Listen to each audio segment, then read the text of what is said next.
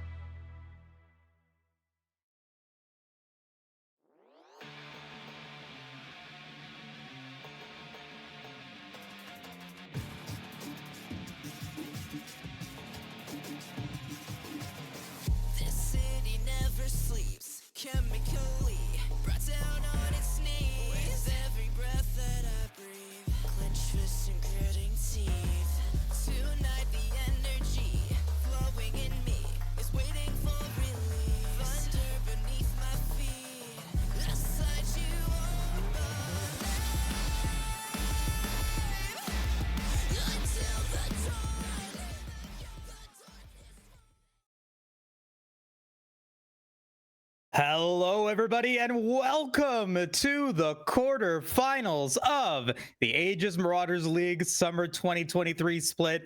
I am Moose. I am back from COVID. It did not take me. I am not dead. I am here. I am alive, and I am excited to get into some playoff action. Joining us today, of course, is going to be our color caster, Septi. Septi, how are you?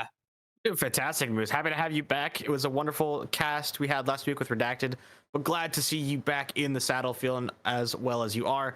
And I'm excited because we got a Shurima matchup here this evening. I say Shurima. It is two teams from the Shurima division in the quarterfinals of the AML. We got Esports X versus Horizon Gaming Blasters, and we got a bit of a revenge story for Horizon Gaming because both teams, finishing 1 and 2 in the Shurima division. Horizon Gaming only dropping a match to Esports X throughout the entire regular season, and I think Moose, I think they want to get him back.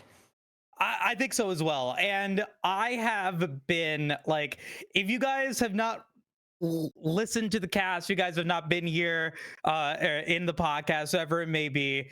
I'm a big King Coney fan. I love me some GG Grandma, and I've always said that Shurima's a bit of a crazy division because there's so many heavy hitters that are inside that one division that it could potentially be any one of those teams that could be taking down the title. And Connie Sports X showing, in the early stages of the regular season, what a force they are, and taking a lot of games off of everybody within the division, going, like you said, going very well. Did lose a series, but when you are performing at such a high level and your stats, if you're watching the Dewan stats, there's a lot of the Connie Sports X players that are in the top tier players within the league. It's very difficult, I think, to say that they are very difficult to say that they are not a team that could potentially take this whole tournament. Horizon Gaming, same thing. You've got the bottom lane duo of Triple Lipped and Yarg that going up.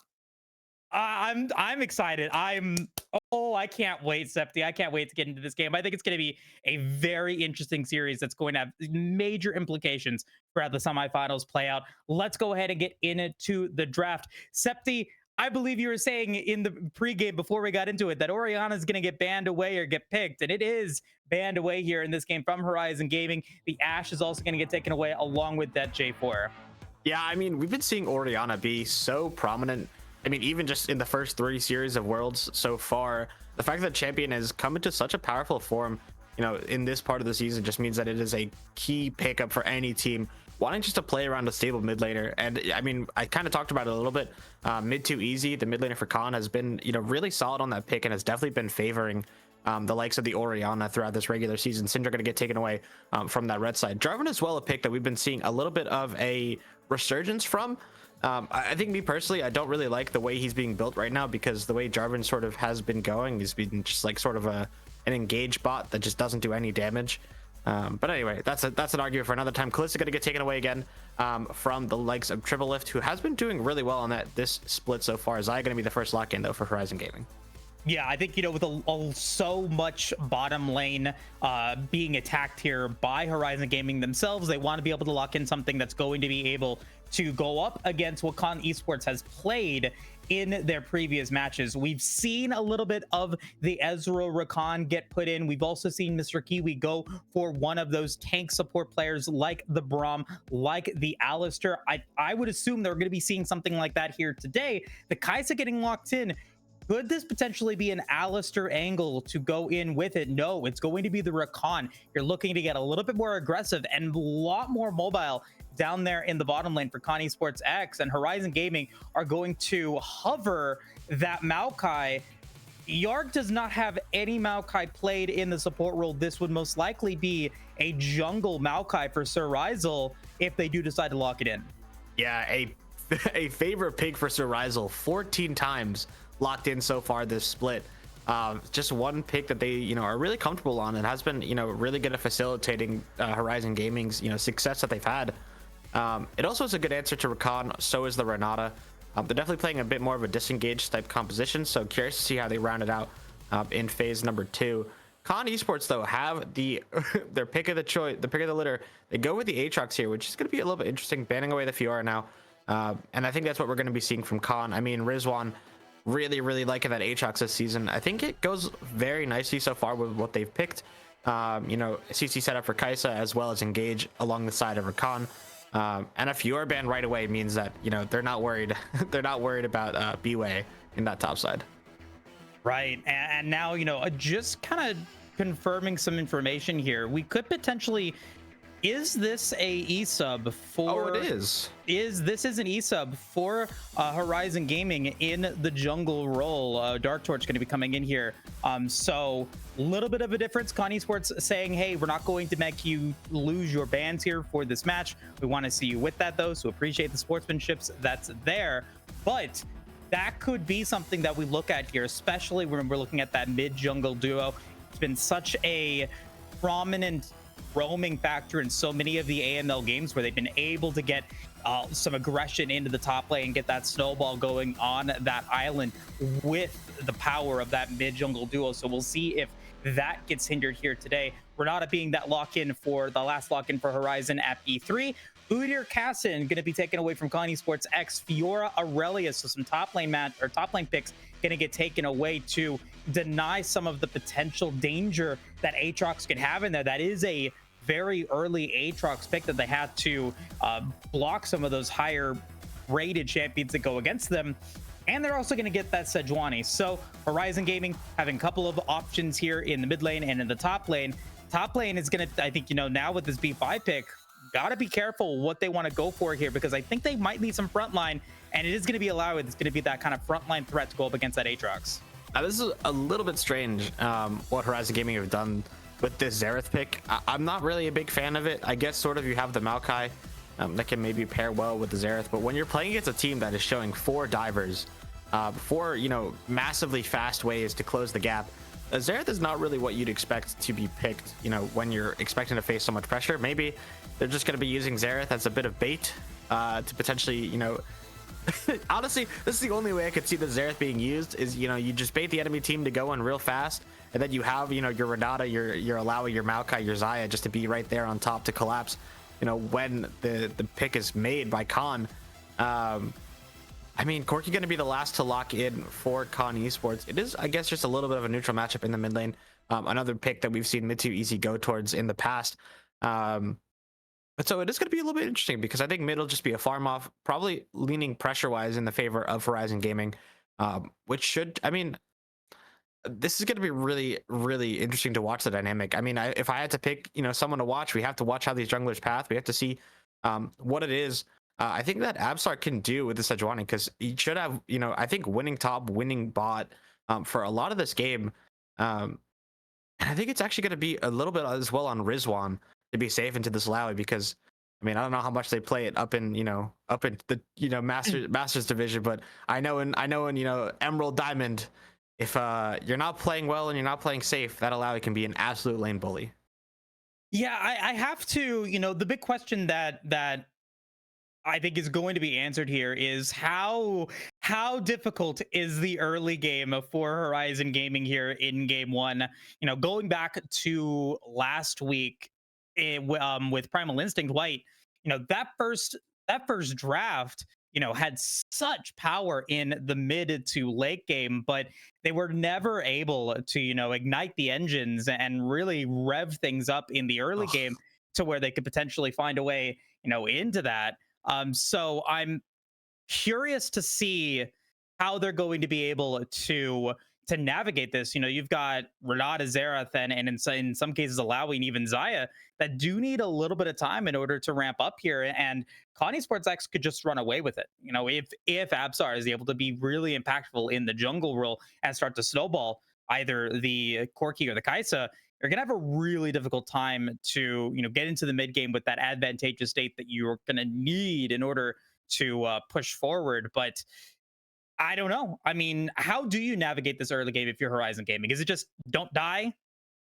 I mean, it's going to be a matter of, you know, making sure you're pushing or you're getting your waves crashed on you around the timings in which Dark Torch is going to be around you. And so, you know, Not, I mean, I think bot lane is pretty happy if they get Dove, to be completely honest. You know, having Renata, I assume they're going to take Exhaust. Um, just probably, you know, they're going to take Exhaust on that bot side, most likely just to stop any shenanigans from happening from the Kai'Sa early. And I mean, yeah, I think bot lane is fine. I think it's literally just got to be how can they communicate with Dark Torch as to the way that their waves are going. You know, for the likes of crashing as well as hovering dive plays. And the other thing is it's going to be really important for them to use their priority when they have it. You know, that includes, you know, getting wards, that includes, you know, having the right timers for objectives. So, you know, if you have a wave that you know is stacking away from you on the bot side that, you know, can't have pushed into you and you know is going to go away, use that timing to then get push in mid with your Xerath mid, and then just try and play for potentially an early dragon and make them fight into you, which is what you want with this team, you know. And I mean, Horizon Gaming, it's really strange because a lot of the times that we see these compositions that, you know, like to get dove into, we see them pick more champions that can get, I guess, wave priority or wave push in the mid lane. And I mean, yes, Zai can get it. Yes, Xerath can get it, but I don't think they can get it faster than the likes of, you know, Corki Kai'Sa, because I mean, they can easily push and have it be neutral. So the move to the river is going to be pretty neutral overall. But I think if I had to give ease of execution, I think it has to go to Khan. Just, I mean, from personal experience, just playing Engage, being the ones to have the first move in a fight is always going to be the easiest. I think it's going to be really crucial that Abstar is able to shut down B-Way early, so this Aatrox can actually have a stable lane. Because, I mean, we've all seen the craziness that Alawi can do with, I mean, one item alone. Oh, yeah. Oh, yeah. I mean, B-Way should also probably, I think, be going for the Iceborne Gauntlet this game. Will be really good as for damage mitigation versus this Aatrox, as well as just being able to stick to whoever they decide to go on. But, I mean, it's going to be an interesting way to see this game play out. But I think we are going to play our Dragon game, Moose, before we go to a short break before this game. We will. We got to keep it going. I predicted the last Drake in week 9. It was that Chemtech Drake. So it's going to give you first 2 dragons there, Septi. All right. Let me go with Ocean and Hextech. Oh, boy. I'm going to go with Mountain and Cloud. All right. I'll go with the Chemtech then. Chemtech. Alrighty. That's going to leave me with the Infernal Soul.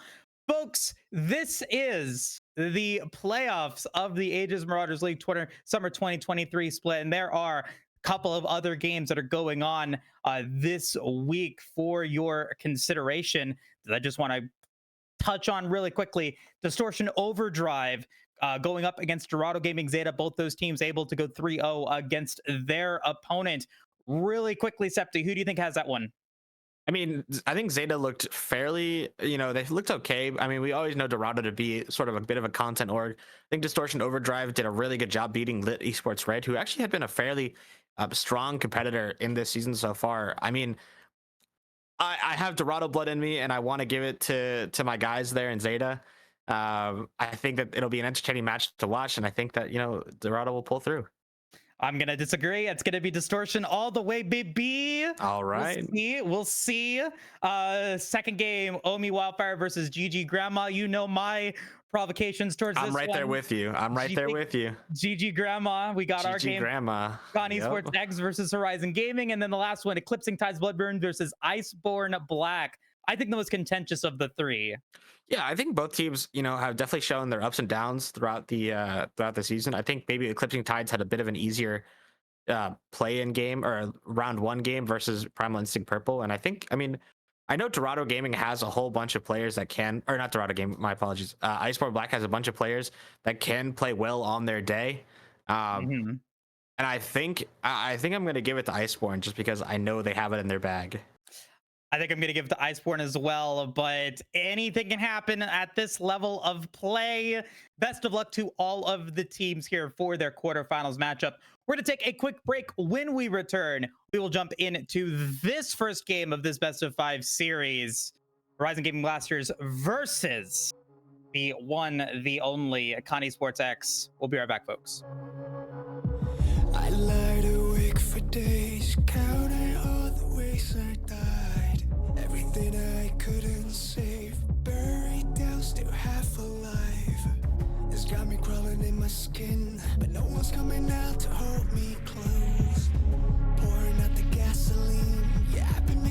friends with all these girls, and I got nothing left to lose. Fight to the future.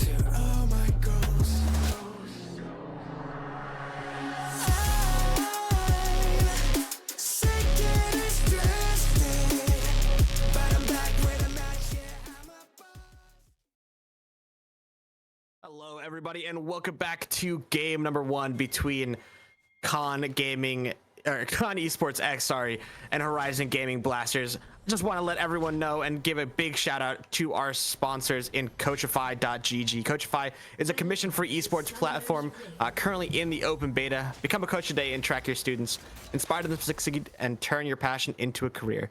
Click the panel located below the stream to check out their website for more information. And with that, Moose, we got a bit of a cheeky invade on the bot side. Yeah, and I don't think the Triple F sees this 5-man death rush coming in. We are not seeing any pings from the Horizon Gaming side, so this could potentially be huge for Con Esports X if they're able to find anything more. They're going to go for Yarg here. Yarg is going to see it. They will be able to get away. Nice handshake, so not too bad there. The response from Horizon Gaming, they'll drop a ward near the red buff, but that's about it. So no one goes down, which I guess is good news if you're Horizon Gaming there. That could have been scary. That's a win for Yarg. That is 40 gold in the pocket of the Renata at level 1. That is what we like to call a GG easy. But it is going to be a little bit scary now for the side of Horizon Gaming. You don't really know if they left or jungle. You can kind of assume it based on the way that mid to easy walk back to lane. Both junglers are going to be starting respectfully on their top sides. It's going to be Dark Torch going for that phase rush on the Maokai this game, so no shenanigans with the first strike like we see in the mid lane with General Zilliana. But I am curious that both junglers are pathing towards this bot side. I kind of would have suspected that Absar might have played towards an early gank off for Rizwan, but we see a bit of a trade going into the bot side. Kiwi is just getting a little bit of a nice Rand entrance just to get a bit of a trade. But I mean, yeah, this game is going pretty normal so far. I think wistfully going to be going for that lethality build with the Hail of Blades. So should be seeing a lot of damage coming up from that Kai'Sa later on. And Yarg very far forward. Yarg gonna potentially try to go for something. Not gonna see it there. I mean, this is Renata Glasgow. You don't have the most health bar, you don't have the most defenses, but you are still a force, especially if you're able to land those early handshakes in the early game. And Yarg and Triple F could potentially be able to find something there. And they are continuing to go in for successful trades here in the bottom lane. They've reduced Wistfully down to about half HP. Wistfully fairly consistent in the regular season here as, bottom laner, but Triple Lift, also putting in some big numbers in specific games. In a game against Omi Wildfire, had a huge gold diff at 15 minutes, 8,000 gold. And I'm also looking at vision scores. Yarg having some pretty high vision score themselves in their game, but we've got Absar looking to be able to go for some first blood here against Dark Torch, going to be taking them down to about 100 HP, and that's going to make them in trouble. Triple is going to go in for a flash. You're not going to find the most distance with it, and will end up going down. That's going to be first blood for Con Esports X, as Absar is still going to be in the jungle, but it's mid too easy. With the assist, going to be able to pick up another kill for the Con Esports X squad. Kiwi now on the way to try to get Mid2Easy some protection, give you down to 100 HP. Going to be able to walk away. That's going to be less than 100 HP. Mid2Easy and Yarg will go down. Con Esports X pick up 3 kills. Another potentially going up against General Zilliana. Going to be down to less than 200. Handshake is going to, Triple is going to try to find a root here onto Kiwi. Not going to be able to find any more damage. does mean the General Ziana will survive. That is 3 kills for Con Esports X and a 1,500 gold lead. That is a disaster for the side of of Horizon Gaming. They thought that they had such a good move there. I mean, it all started off really bad. I mean, Absar got a really nice invade onto Dark Torch, who, was not ready for the Sejuani to go for such a crazy invade, which, I mean, to be completely honest, I didn't really expect either. The Maokai not very healthy with their clear. Got caught out by the Sejuani, who had that red buff and was able to blow the flash early. And then a very nice roam from Kiwism to actually find a little cheeky find onto Triple F2. Did not walk a very safe way back to this fight, and as a result, Wistfully was able to get that flash, and Kiwism as well was able to secure it with the flash auto and ignite, and then it just went downhill from there. I mean, just so much good play coming out from Con Esports. This is why they were first seed overall. They played really well, and now we see Absar back on the bot side potentially for round 2, as there are no flashes. Kiwism ready to go. Gonna try to go in for the entrance, does not land the knockup on Triple Lift, who could potentially be in trouble. Nice dash from Absar. Good route from Triple Lift to try to be able to get away, but there is no escaping. They'll go in for the bailout, but it will not be enough, and Absar will pick up their second kill of the game, making it 4-0 in favor of Con Esports X. Yeah, Red Buff gonna do the last tick on the Renata Glask the Renata Glask ability, making that kill go over to Absar. A little bit unfortunate for Con. I think they would have liked to have handed that off to Wistfully, who now is sitting with 2 assists to their name, as Rizwan trying very hard to get any kind of push into this Alawi, and we're already seeing a little bit of the bullying that could happen up there. Granted, B-Way Bennett did back for that Sheen early on, so we'll have a bit of an advantage in that trading. But I mean, looking at that top side, the way the wave is currently, it is going to be away from Rizwan as the Aatrox goes for a base here. So we could see a potential CS lead grow on that top side, as B-Way Bennett is going to look to hold that wave. And now we're getting into a bit of a chill state. I mean, we see Wistfully going for that Dirk. No one really making any moves towards an early dragon, which I guess is probably going to be the case until we see Absar back on this bot side. With the support of their bot lane, can probably get a push as well as play for this dragon. But I mean, yeah, we're doing a fairly nice job. We see the tier going to get picked up by mid to easy. I'm actually curious to see what this Corki build is going to be this game. Yeah, I mean, Corki is one of those champions that is known for having, that late game insurance, and also that big team fight pressure as you move into the later stages, or into that team fight stage. You find that package, you find big value out of it, and you can really turn the tide of a fight or a game if you're able to land it. Hold that thought, though. We are going to see some hopes pop in the top lane. Rizwan gonna get the World Ender as well as the Test of Fate. Sultan's gonna get popped there, but no one going to go down. Meanwhile, Absar is continuing to make Dark Torch's life a living hell. Gonna be level 4 to level 5. Not even gonna be able to get Raptors. Going to be able to get away this time, but will not be able to stay in the jungle, as River Pressure is going to go over to Con Esports X. Boundrick is ready to go if they do decide that they want to make that their next neutral objective. I mean, Absar is being an absolute menace in this bot side here. I mean, this is kind of what you want to see. You have the E-Sub and Dark Torch, who, is not the most comfortable as Rizwan. Hold on. Rizwan gonna go for the flash. Oh, nicely done. Rizwan will take that solo bolo against B-Way, and now I feel like, Horizon Gaming, they got to be worried. Yeah, I mean, you're losing in top side now with that solo kill. Bot side is already in the favor, of this Kaiser Rakan, and mid lane as well is going fairly neutrally for the side of this Corki. And so I think if you are Con Esports, you are more than happy with how this game state is currently. I mean, Absar as well, going to be up a whole level so far, I believe, on Dark Torch. Should be pretty close to level 6, actually, on this Sejuani. So probably looking to come back towards the spot side. Play for Dragon, play for these flashes on the vulnerable bot laners of Horizon Gaming. I mean, I think you couldn't be happier if you were Con Esports right now. And, I think this brings in a conversation here about, teams in the AML and the experience that certain players are able to provide. I mean, looking at this Con Esports X lineup, I mean, they are stacked. Every single one of them, I mean, it has been involved in the master or diamond level scene, not just with the AML, but with other leagues here in the amateur metaverse for quite a while.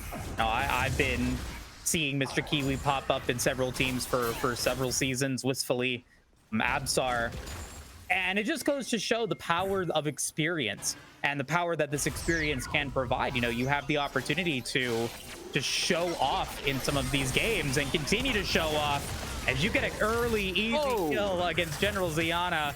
I don't know why you're back in there, but it just goes to show maybe a little bit lack of experience from the Xerath here in the mid lane. Yeah, sitting in the shop in the middle of vision with no wards around you is just a rookie mistake, I'd say.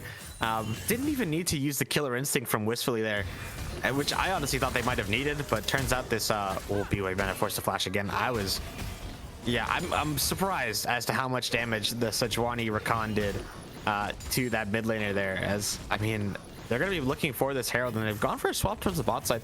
This is one of the advantages you get from Corki, where he has enough wave clear with the rockets and with the phosphorus bomb that you can actually just clear.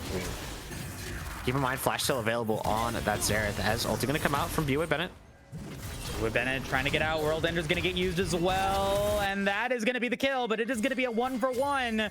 Horizon Gaming is on the board, and B-Way Bennett will pick up a kill. There is still the opportunity for this Alawi to be unbearably annoying in the mid game if they are allowed to get ahead. They are ahead right now in CS, and they're going to be very close to being able to pick up that first item, so definitely still something to look at if B-Way Bennett can get a couple more kills. I would argue that is not worth it for Rizwan. I mean, this is the type of thing you'd see in solo queue, which is really irritating, where it's, you know, you have someone on your team that, yes, they'd like to fight, and yes, they have the possibility of winning their lane, but if you do things like this and you just trade gold into the top side there, you're creating a champion on the enemy team that has way more gold than your carries that have been naturally scaling throughout the game and have been going at a normal pace. Because, I mean, if we look at it, right, yes, for right now, they're still down 4k gold, but be with it. Hold on. Do have Nature's Grasp going to get dropped. The hostile takeover did not land.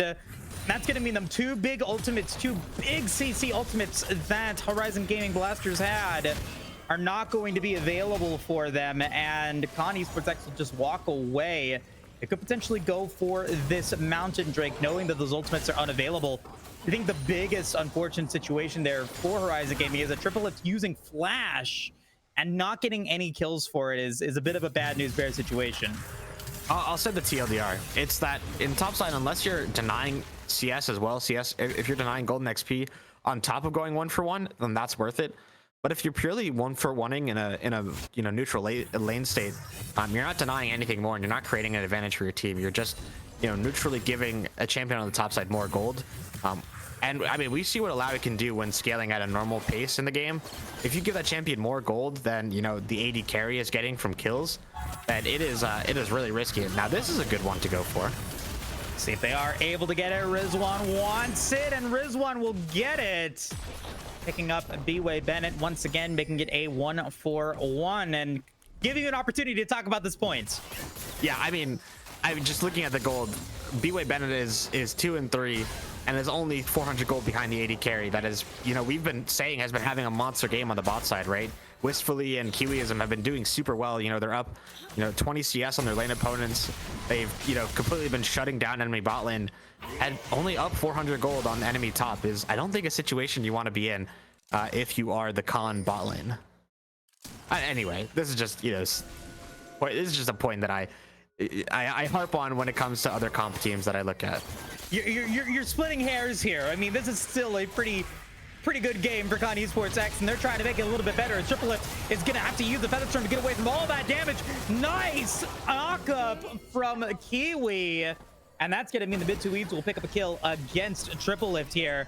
Absol's also going to drop the Rift Herald. And this looks like it's going to be a dive against this Renata Glass. Are they going to be able to get him out? They will not be able to. Nice Root going to come in from Dark Towards the Nature Grab's going to put a lot of damage on Absol. Going to be forced to flash away. Going to be down to less than 100 HP. Going to go berserk, but will not go down. And a bit of a floundered dive there from the side of Con Esports X. They do not get punished too terribly for it. And Too Easy is now in the area, though. This is going to be a 3v3. Wistfully, Mr. Kiwi are both very low. Mid Too Easy going to be able to get the bailout against Dark Torch, who'll be able to pick up not one, but two. Not two, but maybe 3 kills. No. They will end up getting shut down against General Ziana. Well, that's and Kiwi are extremely low. They're going to back at the red buff. That is going to be multiple kills for the Con Esports X squad. Yeah, I was trying to look at this, and I was curious to where, or when rather, General Zilliana used Right of the Arcane before, because there were some very low health bars, and that Xerath just did not have the ulti available. I imagine it might have just been a very long cooldown from an earlier play, but I gotta credit Triplelith, because that was a beautiful usage of the Feather Storm on that bot side there, but it was just not enough to, it's not enough to dodge quickness. It's not enough to dodge the package as Rizwan. B-Way Bennett, you do not have your tower here.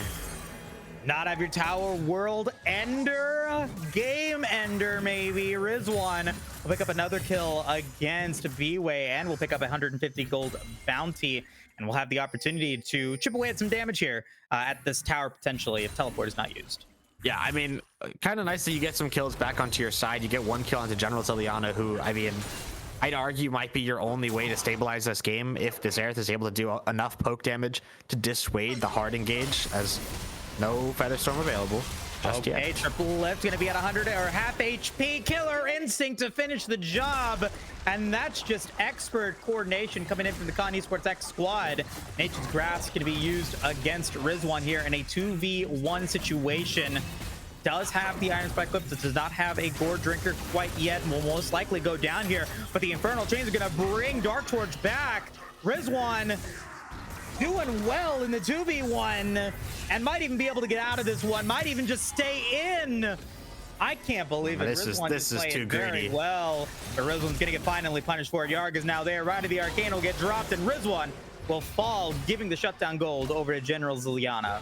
I think Rizwan could have gotten out of that. I think Rizwan could have walked away as well.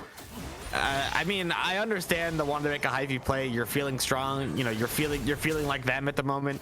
But I mean, the Maokai disengaged, and then you lost your opportunity to get the Conqueror reset. And I mean, credit has to go to B.Y. Bennett and Dark Torch to find a kill onto this AD carry. As here we go. Wistfully is gonna die to the Tentacle Slam in a second because ulti, I believe. Not gonna have it. Very close. Survive.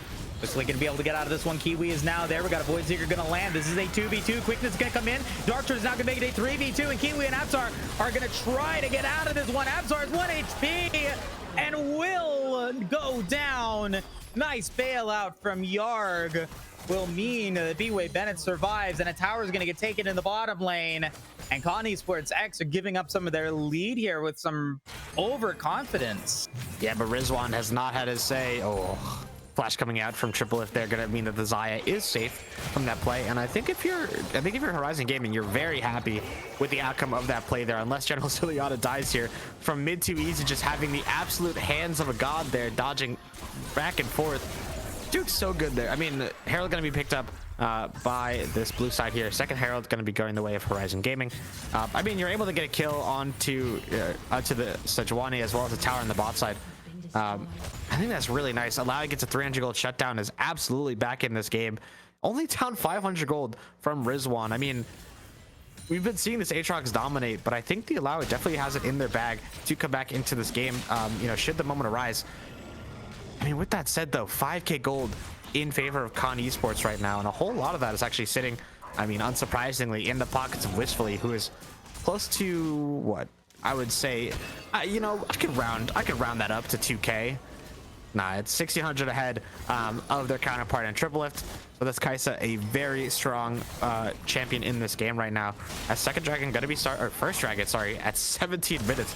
I cannot believe it's first dragon, Moose. Yeah, Dragon's not really a factor here in game one of this quarterfinal. Both these teams, looking at, or I should say, Con Esports actually just looking for kills, as they will pick up their first dragon of the game now. 5 minutes at the 23-minute mark. We could potentially see our second dragon fall. That is not a common play. We might not even know what the soul is this game, Moose. With the way this game is going. Do we both get a point? Is that what happens? I'll give us both a point in that one. We'll also have to speak to the manager of somebody. We're gonna say somebody's gotta take control of these teams. This is not bronze level play. We should be seeing these dragons taken, but I digress.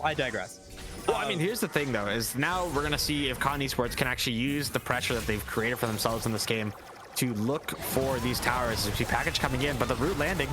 Okay, bit too easy, gonna be able to flash away. A lot of damage coming in. Hostile Takeover is gonna come out, but that's big damage coming in from mid too easy's package getting dropped right in the center of the Horizon Gaming squad in between two towers, and they just do not care. Absar and Rizwan with so much HP will take turret shot after turret shot. They will all survive the damage for the time being here. Now look to potentially go for a mid tier 1 tower. After all that action, only one member of the Horizon Gaming squad will go down. But man, it was cool to see. Yeah, I mean, that fight is so great. I think that's credit to the fact that that's the exact fight that decided Horizon Gaming actually want to play. And it's straight up just a wallet difference as to why there was only one kill there. They were able to grab the Alawi, who, you know, tried to stand their ground and tried to trade back kills, you know, with the usage of that leap of faith there, her ultimate. And was unable to actually get any kills in trade. But I think credit has to go to Kiwi's in there, who found a two-man knockup with the quickness at grand entrance. I think as well it was on top of the package that ulti landed.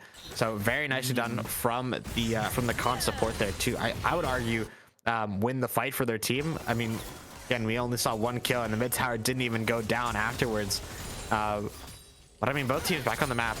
And I think something else I want to note is that Absar's usage of that Radiant Virtue in that fight was really good for their team, which is constantly ticking health back up, even with the Rite of the Arcane coming over the top.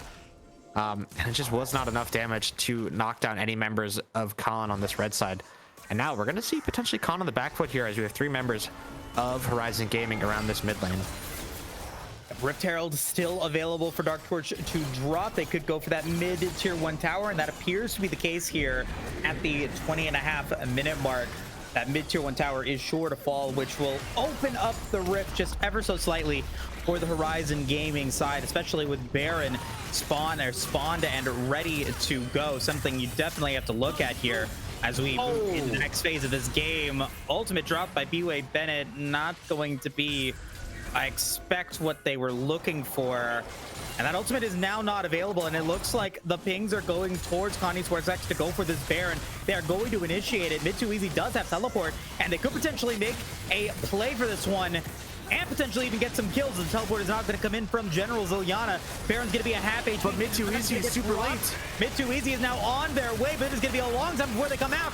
That's the bailout already going in against Yarg. Yarg does not survive. Big damage coming in from the Rite of the Arcane, and Rizwan going to be very low, but huge health restore coming in from that Gore Drinker. Triple to the next target as B-Way Bennett is going to go down. Maybe Triple will fall. Double kill for Rizwan. And that's going to be 3 kills against Horizon Gaming. Connie Esports X very happy with the play that they initiated. They will pick up 3 kills and go straight back towards Baron. Yeah, I mean, that play is so nice. When B-Way Bennett on that Alawi does not have the ultimate available, we just see how easy it is for the likes of this Con Esports team to knock down the Alawi. Not able to go for any trades as well, but the fight is not over yet.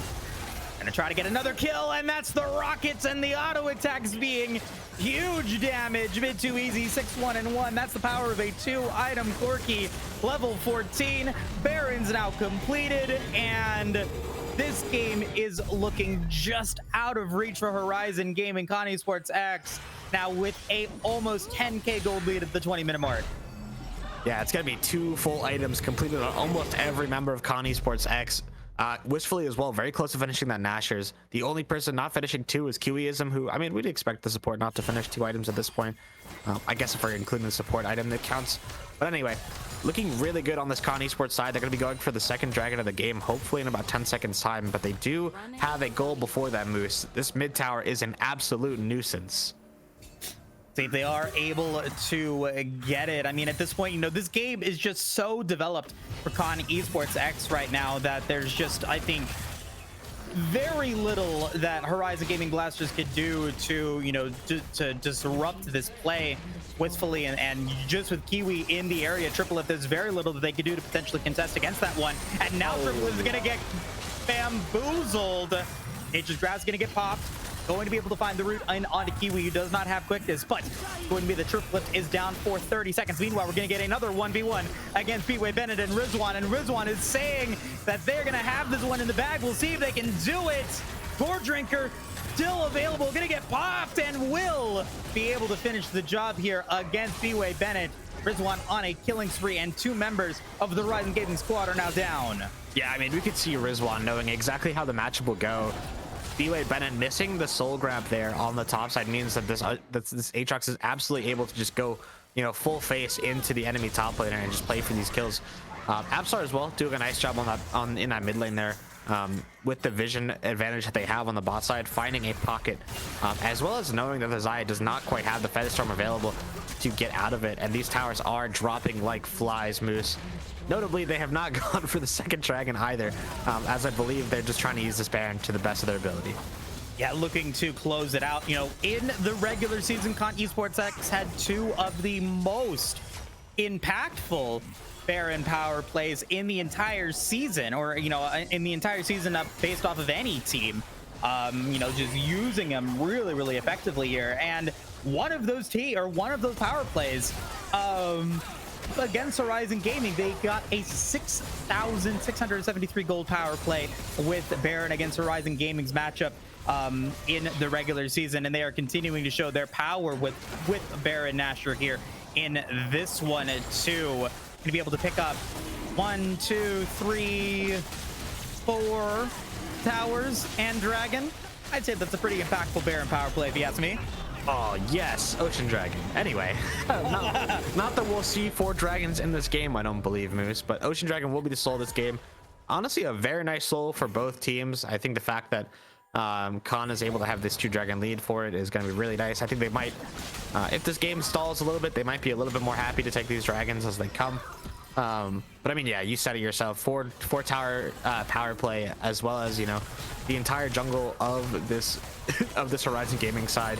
The gold lead is just absolutely ballooning up to 14,000 in favor of Khan Esports X right now, and they're just looking really clean for the most part. I mean, I criticize Rizwan for trading gold early, but I mean, they've carried that playstyle throughout the entire game and have been able to snowball it in their favor.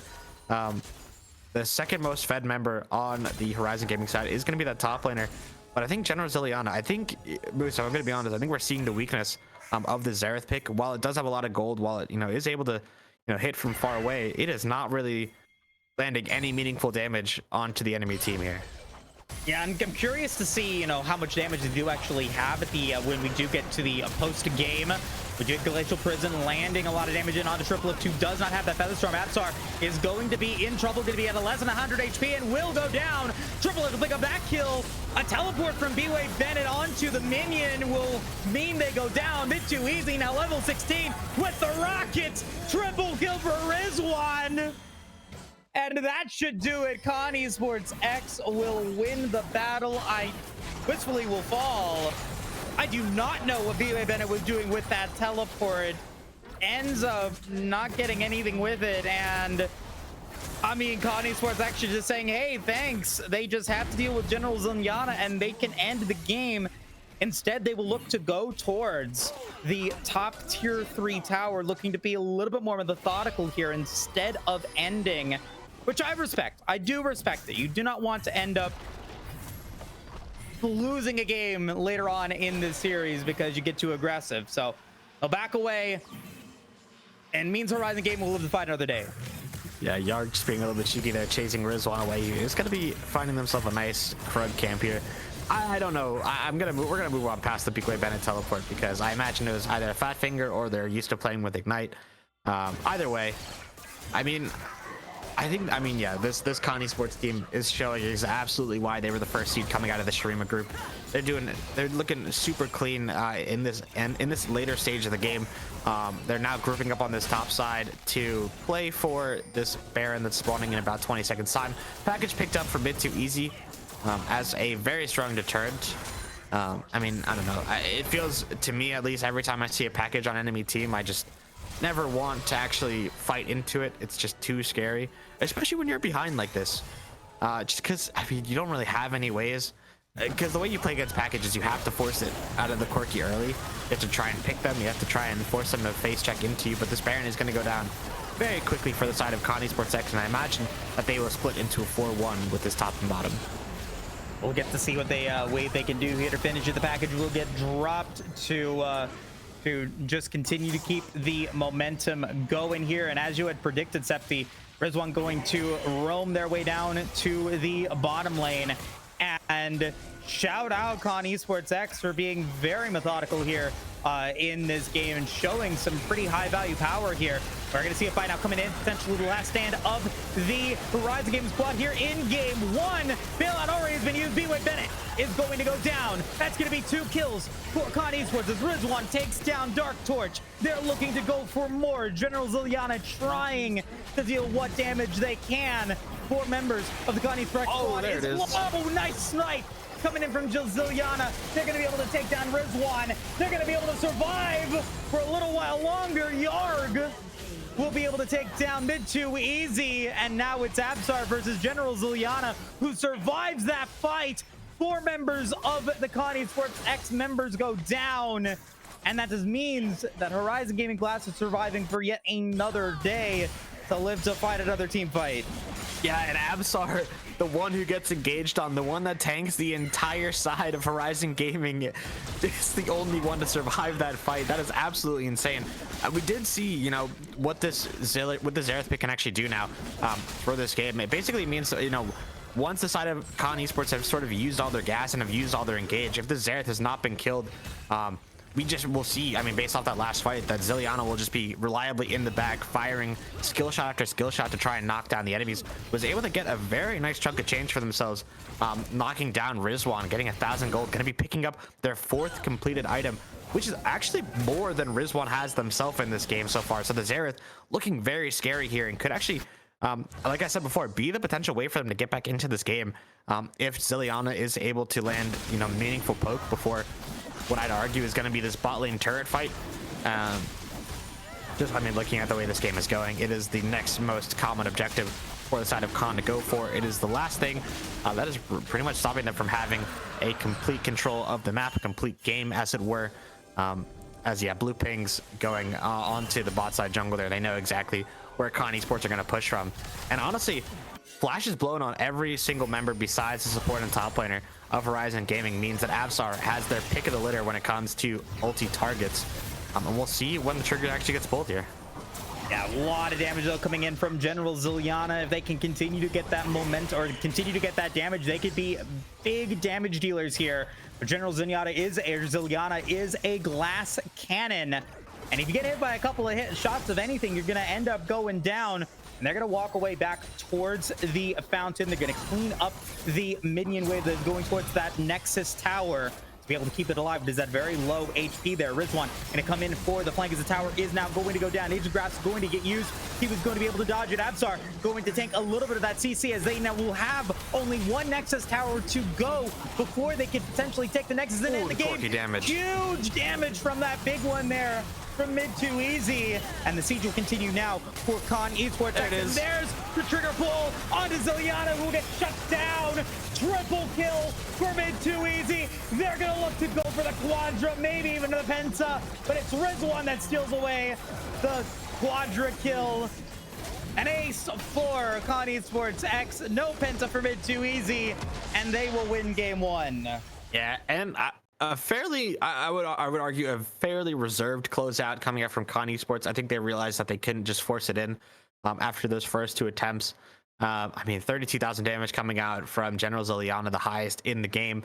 No surprise there. The Xerath putting out a whole bunch of damage with that setup there.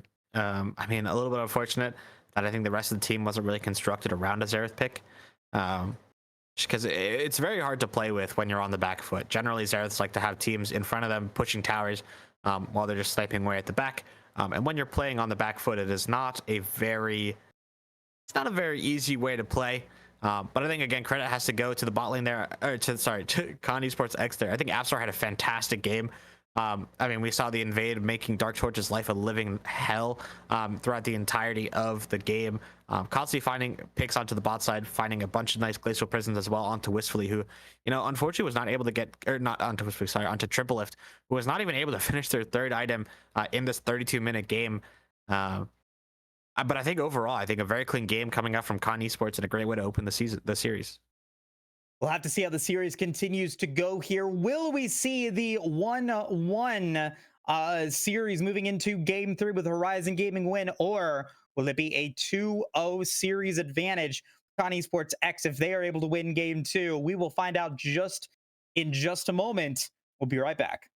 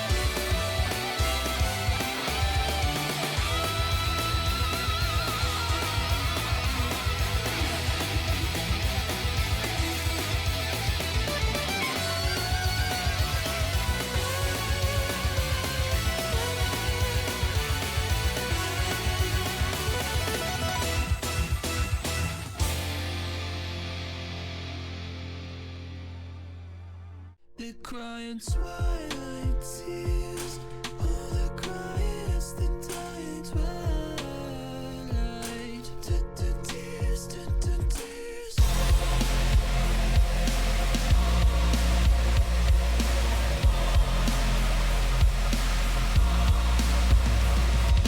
It all comes alive at night.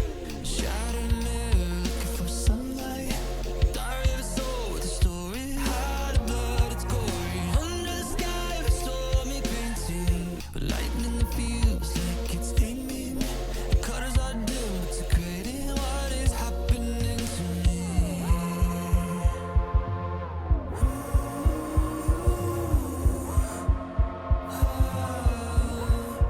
They're crying twilight tears. Oh, they're crying as they Welcome back, everybody, to the Aegis Marauders League. We are now ready to jump into the Game 2 draft. Horizon Gaming has elected to go red side here in Game 2. And let's go ahead and get started with this draft with some mid lane bans getting taken away. The Syndra and the Orianna both going to get denied here. And Connie Sports X going to ban out that Fiora once again, taking that away in the second stage of the pick ban phase. Does this mean we could potentially be seeing the Aatrox get picked once again here in the top lane? Yeah, that's definitely, I think, potentially what they're angling for. If we see an Aurelia ban, then I mean, most definitely that's what they're angling for in the first phase. I think they might just be worried as well that Horizon will pick it on 3 and then ban away some counters, which is, oh no, I think they're angling for an Aatrox in the first phase. Yeah, I'm really curious to see what Khan decides to do here. I mean, we saw them ban Aurelia Fiora after they picked that Aatrox in game number 1. Orianna taken off the table again by Horizon Gaming, which means that Khan Esports have their pick of, I think, a lot of the stuff that they did well with last game, with particularly the Kaisa as well as the Rakan and the Aatrox as well, all doing a very nice job. I think they realized they're content to trade the likes of the Maokai and the Sejuani should that arise again. Just a quick note is as well, Horizon Gaming are going to be sticking with Dark Torch for this game. Sir Rizel, we believe, is having microphone issues. So hopefully we can get them sorted by game number 3 for Horizon's sake. Vayne gonna be the lock-in for triple lift. Very exciting matchup and a very good one for Kaisa, actually, or into the Kaisa, I believe, as both are fairly low range. The Jarvan as well, going to be a fairly solid pickup. Was banned away in game number 1 by Khan, but now Horizon Gaming have it ready to go. Yep, and we're gonna see, what the Vayne can do here. I have to say, we haven't been seeing a lot of very aggressive, very successful Vayne gameplay in the AML for this summer 2023 split, but across League of Legends, there is a case to be made that Vayne can be that very successful, stable, impactful bottom lane choice, and we'll have to see if that is going to be the case here today. I mean, for Horizon Gaming's case, it has to be a win for them. You do not want to go down 2-0 against a team in a best of 5. You put yourself into a very, very difficult hole that you're gonna have to come out from, and it's very difficult to do. Vi and Aatrox. Vi, I think, a very reasonable response going up against the J4. Wow. And the Aatrox is going to be the pickup here in the B3 for Connie Sports X as the I did not. Oh, I did not look. You were looking. You were looking first. away. Yeah, I wasn't looking at it. Now I see the Akali coming in. This game just got a whole lot more interesting, Septi. Well, I mean, especially when you have the likes of Vi, who, I mean, we see Vi into Vayne, and it's basically, really strong because when you press the ulti on the Vi, when Vayne tries to tumble into stealth, she's still revealed because of the tether from Vi. Same goes with Akali if they decide to go into Shroud after Vi presses R. So it is going to be really, really hard to do. And I think this Akali is going to be going top for B-Way as an answer to this Aatrox, which I'm really curious to see how it goes. Just because Aatrox, has a whole bunch of AoE, is not reliant on auto attacks too much in this matchup. Rel going to be the lock-in as well for Horizon Gaming to pair alongside the Vayne. Not traditionally what we would see with a hyper carry like the Vayne. I think, maybe you would have liked to have seen a Lulu potentially. At least in my personal opinion, I would have loved to have seen a Lulu. I know it feels a little strange to pick with Akali and Jarvan, but I mean, why do you have Vayne then? You're not going to be playing for it. Lissandra, Alistar going to be the last two locked in for Con Esports. Hold on one second. Yeah, I like the pickup here for the Lissandra. I think, it is one of Mid-2 Easy's most played champions. I think in the top 3 here in the regular season. And it pairs well with the potential dive that Horizon Gaming is trying to go for here. Talia is going to be potentially the R5, one of my favorite picks just in general for League of Legends. Very excited to see if that ends up being the case. And it is. I'm very excited. You were able Wow. to you're able to take away a lot of what Con Esports X is going for here with that worked ground. You're able to stun out Vault Breaker from the Vi. You're able to stun out Killer Instinct. You're able to stun out the headbutt from the Alisters. So big value on a Talia if they're able to get it going, and could put in a lot of damage as well. Yeah, I mean, Talia should be able to fight with Lissandra as well for a bunch of early pressure in this game. Curious to see how it sort of stacks up. We've been talking about Talia as being a very good jungler on this patch, a very good blind pick jungler, and very good into a lot of what Khan have. But it is, kind of curious as to how this will play out, because the Alistar was picked to deny the Rel engage, which means you don't have as much value from the Talia worked ground.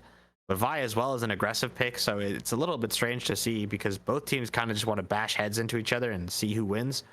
And this could, come to the fact where we see Talia caught out a bit by the Kai'Sa as we move through this fight, just because Vayne will be tumbling around trying to do, trying to do their thing there, and Kai'Sa will just have free reign on this Talia with the support of, the Vi, the Aatrox, the Alistar, all creating disruption into the Horizon Gaming team.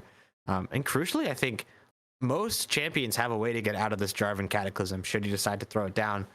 And I'm curious to see how this interaction actually plays out, because I don't think we've seen this matchup in a very long time, Vi and Jarvan. I personally don't think I've casted it before.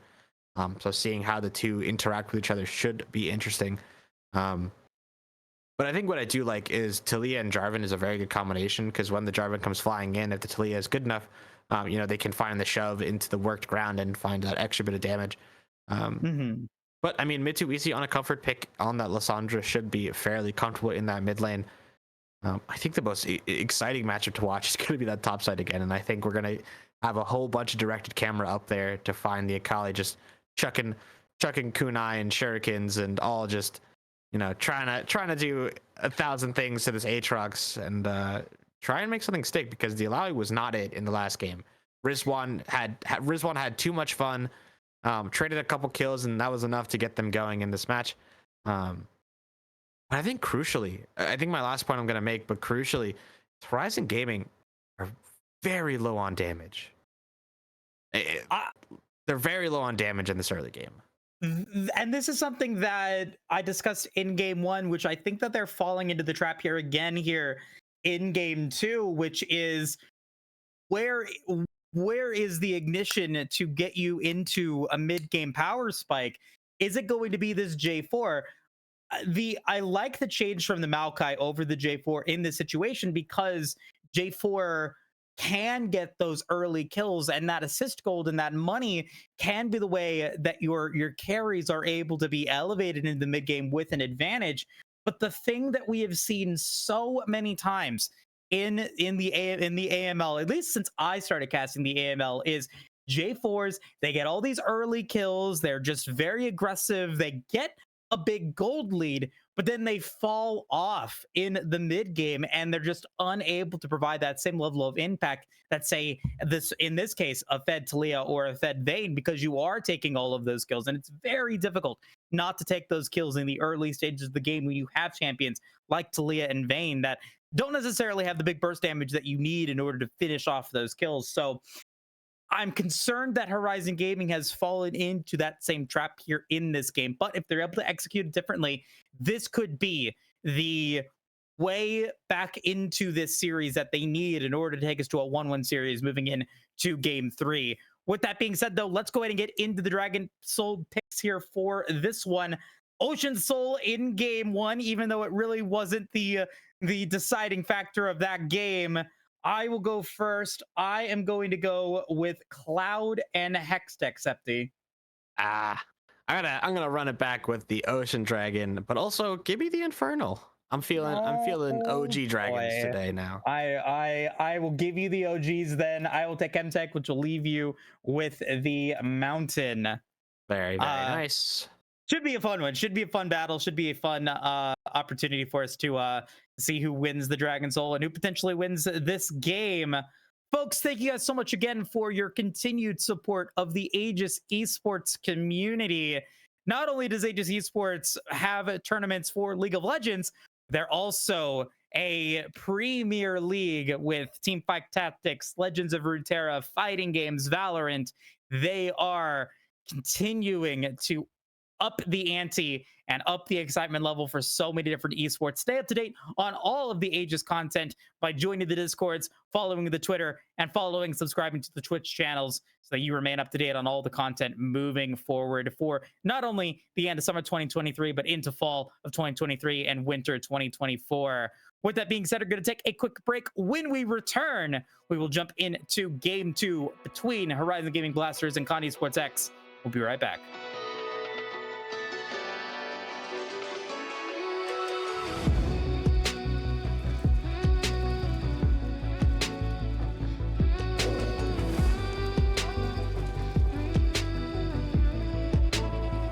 When darkness falls, you are my light. You take my hand and hold it tight.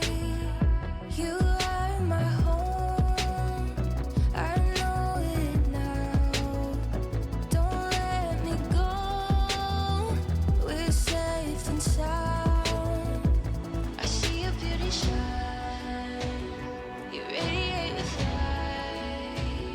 Our hearts dancing time. You're one of a kind. Sound on and feel my heart. We're never lost, even when I'm gone. Life circles on from near and far, above the flower bed. As we watch the stars, and we'll never be lost.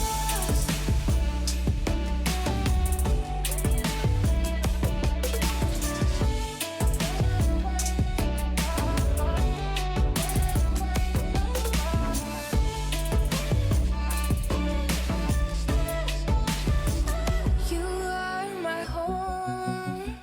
You feel my pain.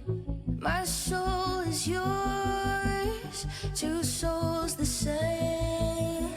With you, I'm everything. You never asked me to change a thing. They set our world on fire, but our hearts will burn for miles. I see your beauty shine. You radiate with light. Our hearts dance in time. You're one of a kind.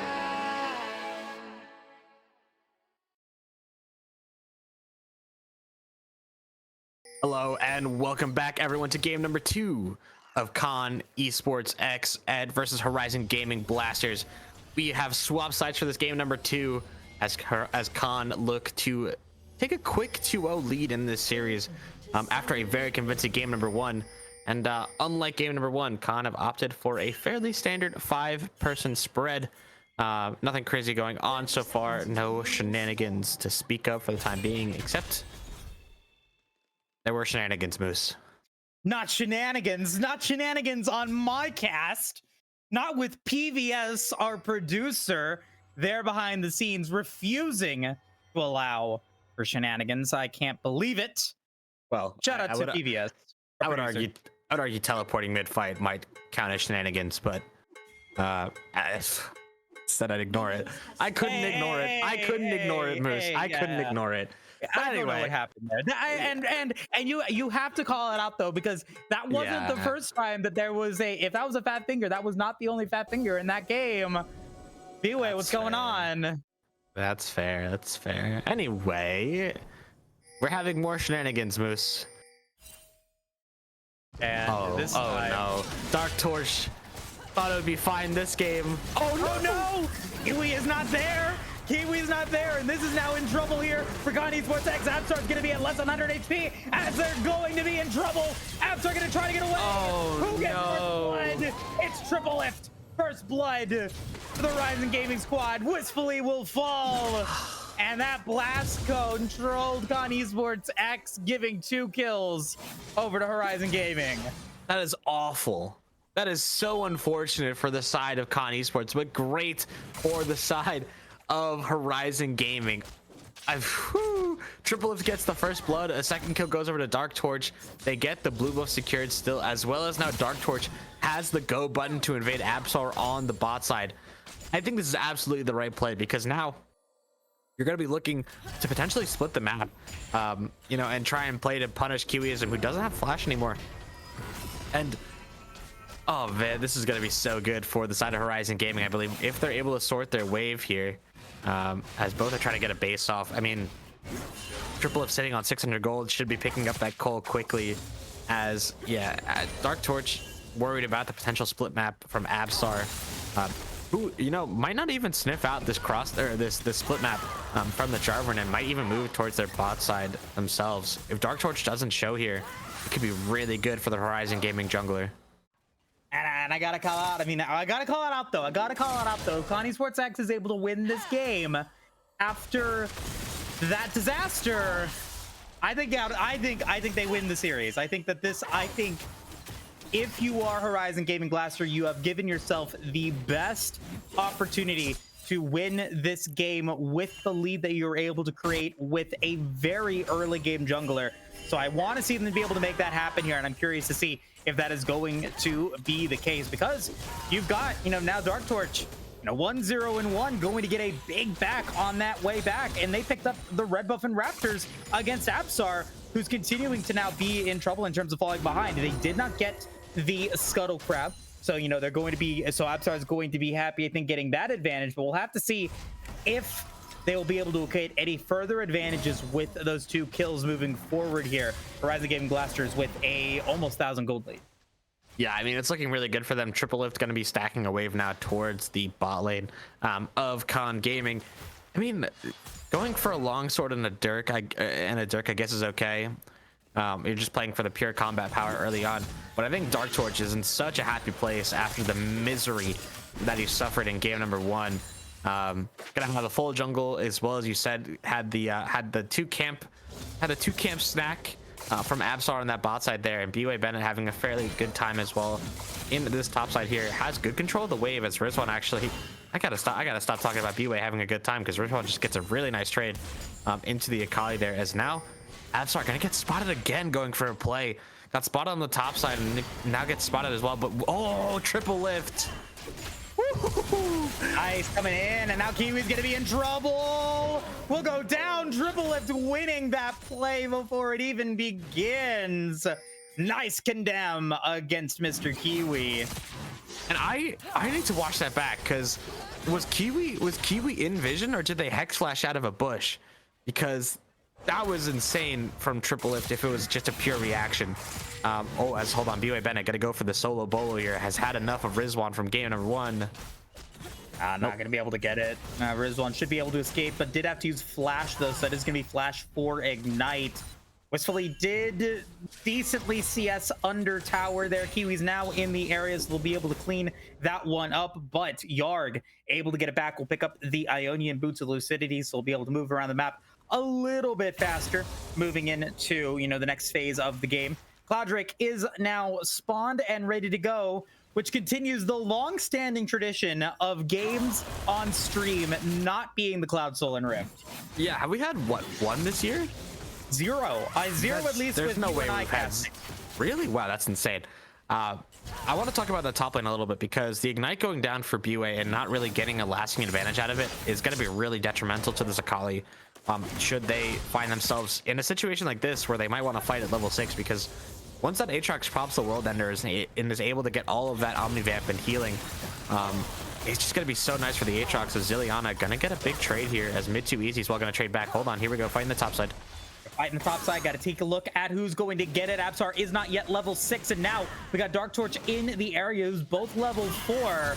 Rizwan did drop that World Ender, and now the fight is going to continue. A lot of damage on the B-Wave, but the World Ender is going to get dropped. Can Rizwan survive?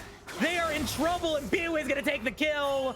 That's going to mean that Horizon Gaming might pick up 1, might pick up 2. Absar goes in, gets the kill against B-Wave, and Dark Torch will take the second to make it a 2-for-1 play in favor of Horizon Gaming.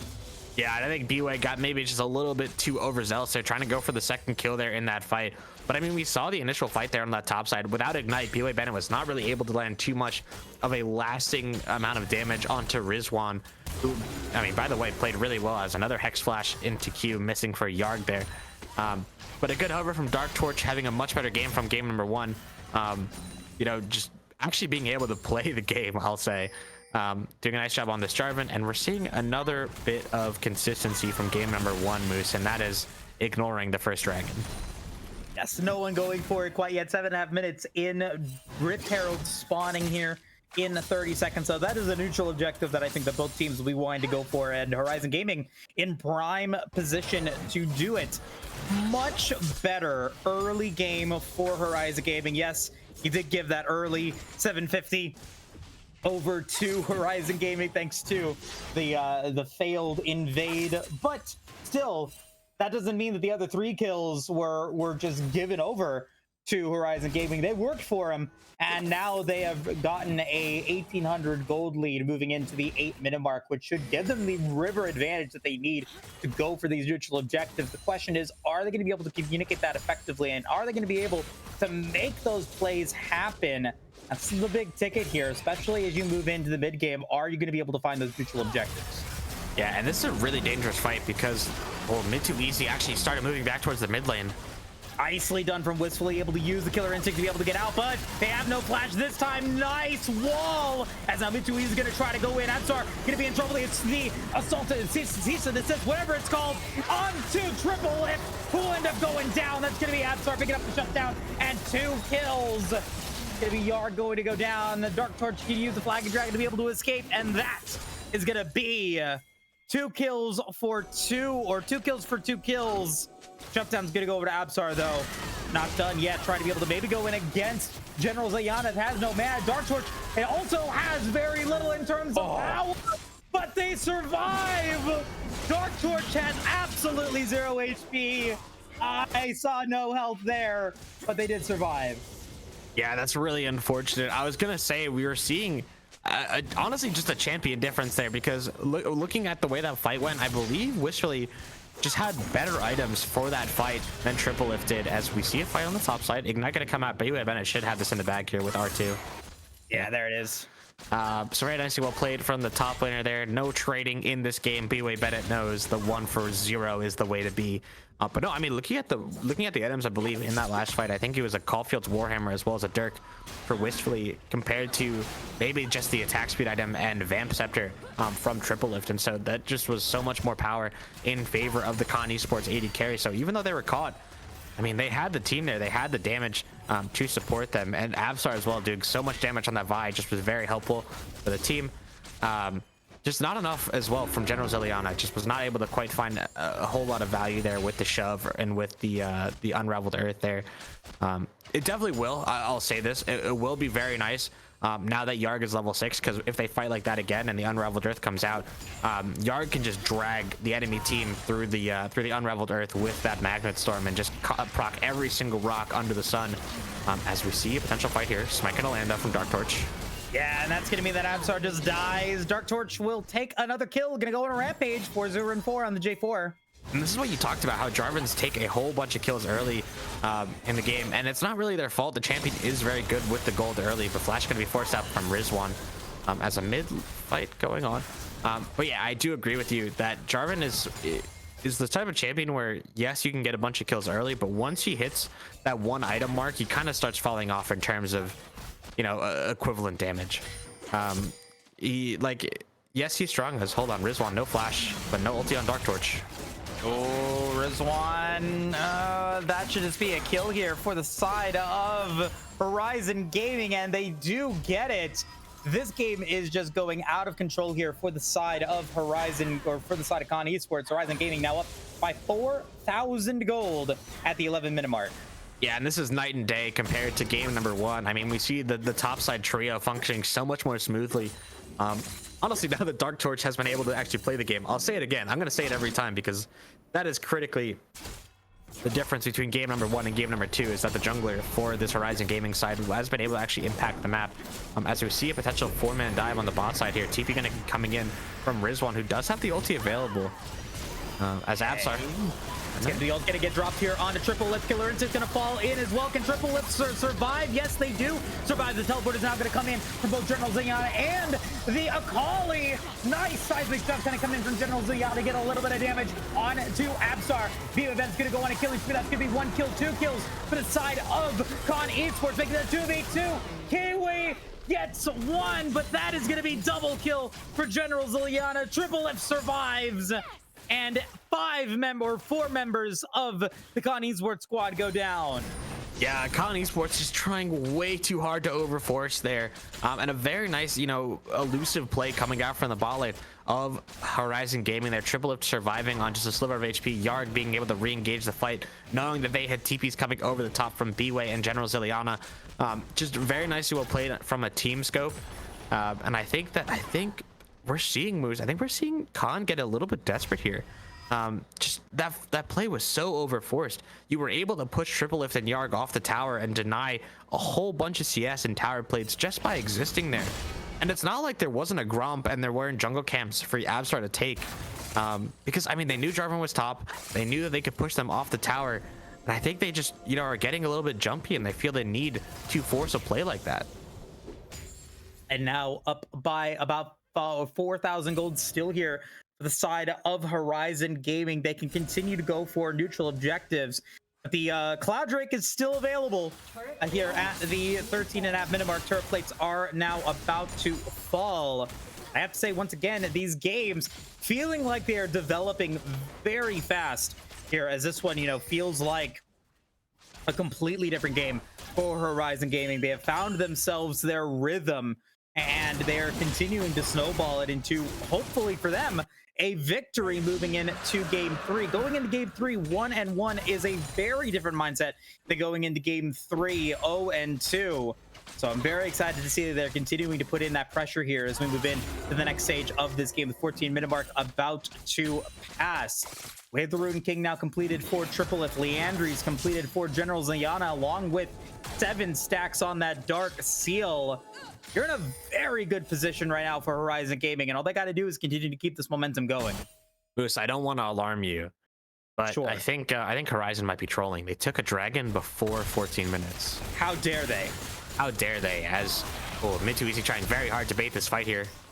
Trying to get it very close to death, and now mid too easy could potentially be in trouble. Oh, nice minion keeping him alive. General Ziliana had used flash a little earlier, but now the bait might have actually worked. Okay, Absar will pick up that kill. Meanwhile, on the bottom lane, gun Magus Room gonna get dropped here against Yard. Killer Instinct from Whistly. Just trying to be able to get away from everything. Flashing out of the Cataclysm. Triple Lift, trying to be able to do what they can, but they do not get the fight. And now Absar. And now Absar's here. Triple Lift's gonna try to be able to pick up a kill against Whistly. Will they be able to do it? They will not. Whistly survives. And now Con Esports X have taken so much gold back into their favor. Oh my goodness, Horizon Gaming, you just tried too hard. General Ziliana was absolutely disrespectful there in the mid lane, as B-Way Bennett as well going to try and go for a play on the top side. Has the ignite and has the ulti. Might actually look for a play here. No, will not do so. But honestly, Khan doing really nicely there. I mean, mid too easy was unable to find the engage on the top side, but Absar staying just close enough to catch the overly greedy Dark Torch. And now, or sorry, not overly greedy Dark Torch, overly greedy General Ziliana, who just was absolutely out of pocket for trying to keep trading onto mid too easy after blowing flash. I mean, the Lasan, that fight could have gone many different ways. Mid too easy could have flash ulted, straight up from General Ziliana trying to trade onto them, as B-Way Bennett gonna try and go to Rizwan here, who actually does land the Q and Fog, which could be really good for them here. B-Way Bennett's still gonna go for this, I think, with R2 maybe. Try to go for it here. No, R2 is going to cease, and Rizwan will lose World Ender. Absar is in the area. This is a 4-man dive Got the wall gonna come in as well. Rizwan, nice flash to get out of the wall, but we'll end up going down. Dark Church is unstoppable, but now the cavalry has arrived, and Connie Sports X are gonna look to clean up. They picked up 2. They're looking to go for number 3. Abzor goes down though. Exhaust gonna land against B-Way Bennett. Quickly trying to be able to get any damage in against General Zillion. They will end up taking down B-Way Bennett. That's a double kill for the Kaisa. Meanwhile, in the bottom lane, Triple Lift will fall to bit too easy. And this game is just going out of control here for Horizon Gaming. As it looks like the killer instinct is back. Whistling gets the ace. This game is a yeah, I feel the exact same way. I mean, Horizon Gaming are just gift wrapping this game for Con Esports. They were so far ahead, and now they're overforcing play after play. I would love to see what happened on that bot side where Triple Lift was unable to kill mid too easy and went down themselves. I mean, these plays coming out from Con are like really clean. The flash from Rizwan to dodge the Jarvan ulti, as well as the fighting with B-Way Bennett as well with the Akali and Fog. It's just been, I think showing proper class coming out from this blue side here, as they're now going to have first move towards the second Rift Herald. The first one was taken away by Dark Torch, I believe, as in the at 8 minutes or so, when Avsar, had a bit of a trip into the arms of Jarvan and Talia there. But now the second Rift Herald is going to be going down, I believe, in favor of Con Esports. Is the fight going on? Going to get it. Oh my God! The ultimate landing it on to Triple Lift. Abzor has done their job, and everyone's inside the Cataclysm that actually works in the mid too easy's favor. Abzor will end up going down, but B-Way Bennett will pick up a double kill. That's Rizwan getting more kills. Triple kill for Rizwan and the ace for Con Esports X. Yeah, B-Way Bennett trying so hard to make up for that fight going in the favor of Con Esports. Picks up 2 for their favor, but they're gonna be able to trade a full ace back. 3 kills being picked up by Rizwan, their first 3 of the game actually, on this Aatrox after a monstrous game number 1. And we saw what this Aatrox can do with kills and with gold, as we see Kiwi is use some Rift Herald shenanigans to fight it for themselves. But Triple Lift gonna be finding this kill potentially onto Rizwan as the speed up comes in from the rail. Are they gonna get it? Rizwan does go down. That's a good shutdown though. Getting a lot of damage, or actually a lot of gold on Triple Lift. So they did have to use Final Hour, but still, gold is gold, and you need it after giving up so much over to Con Esports X, who have stabilized this game and are now looking to go into the 20-minute mark into a decent position. Yeah, I mean, it's stable until you die mid for no reason and give up Dragon. As well as it looks like the Alistar got forced off of the Rift Herald to the point where this fight is now no longer over. TP coming in from General Zilliana. Wistfully gonna be the target, and they will pick up Wistfully. They will... I don't agree with that one. I guess Dark Torch does take the kill there. But now Abzar and Mr. Kiwi gonna potentially be in trouble. The Vault Breaker going to get denied. Kiwi will take that, or will go down to B-Way Bennett. And that means that 2 more kills, and it's a 3,000 gold lead once again for the side of Horizon Gaming. Abzar is fairly low. Rizwan is now in the area. However, they did take a tower in the bottom lane. B-Way gonna still be in the mid lane here. Abzar does have the but Zilliana nope, not gonna be staying for a very long time, and now the Baron has spawned. Potential Baron take on the cards for Horizon Gaming here, but this is arguably another overstay from this red side here, as it has been sniffed out. And Abzar, what are you doing? Abzar is very low. The big rock did not land this time, and that's going to mean that the Rift Herald should get taken, or should be able to Baron tier 1 tower, but the Baron's just going to get taken. I don't know what's going on in this game, and Sheldon does not get the tower. That was 1 HP. This game is just... I don't understand what's happening, Moose.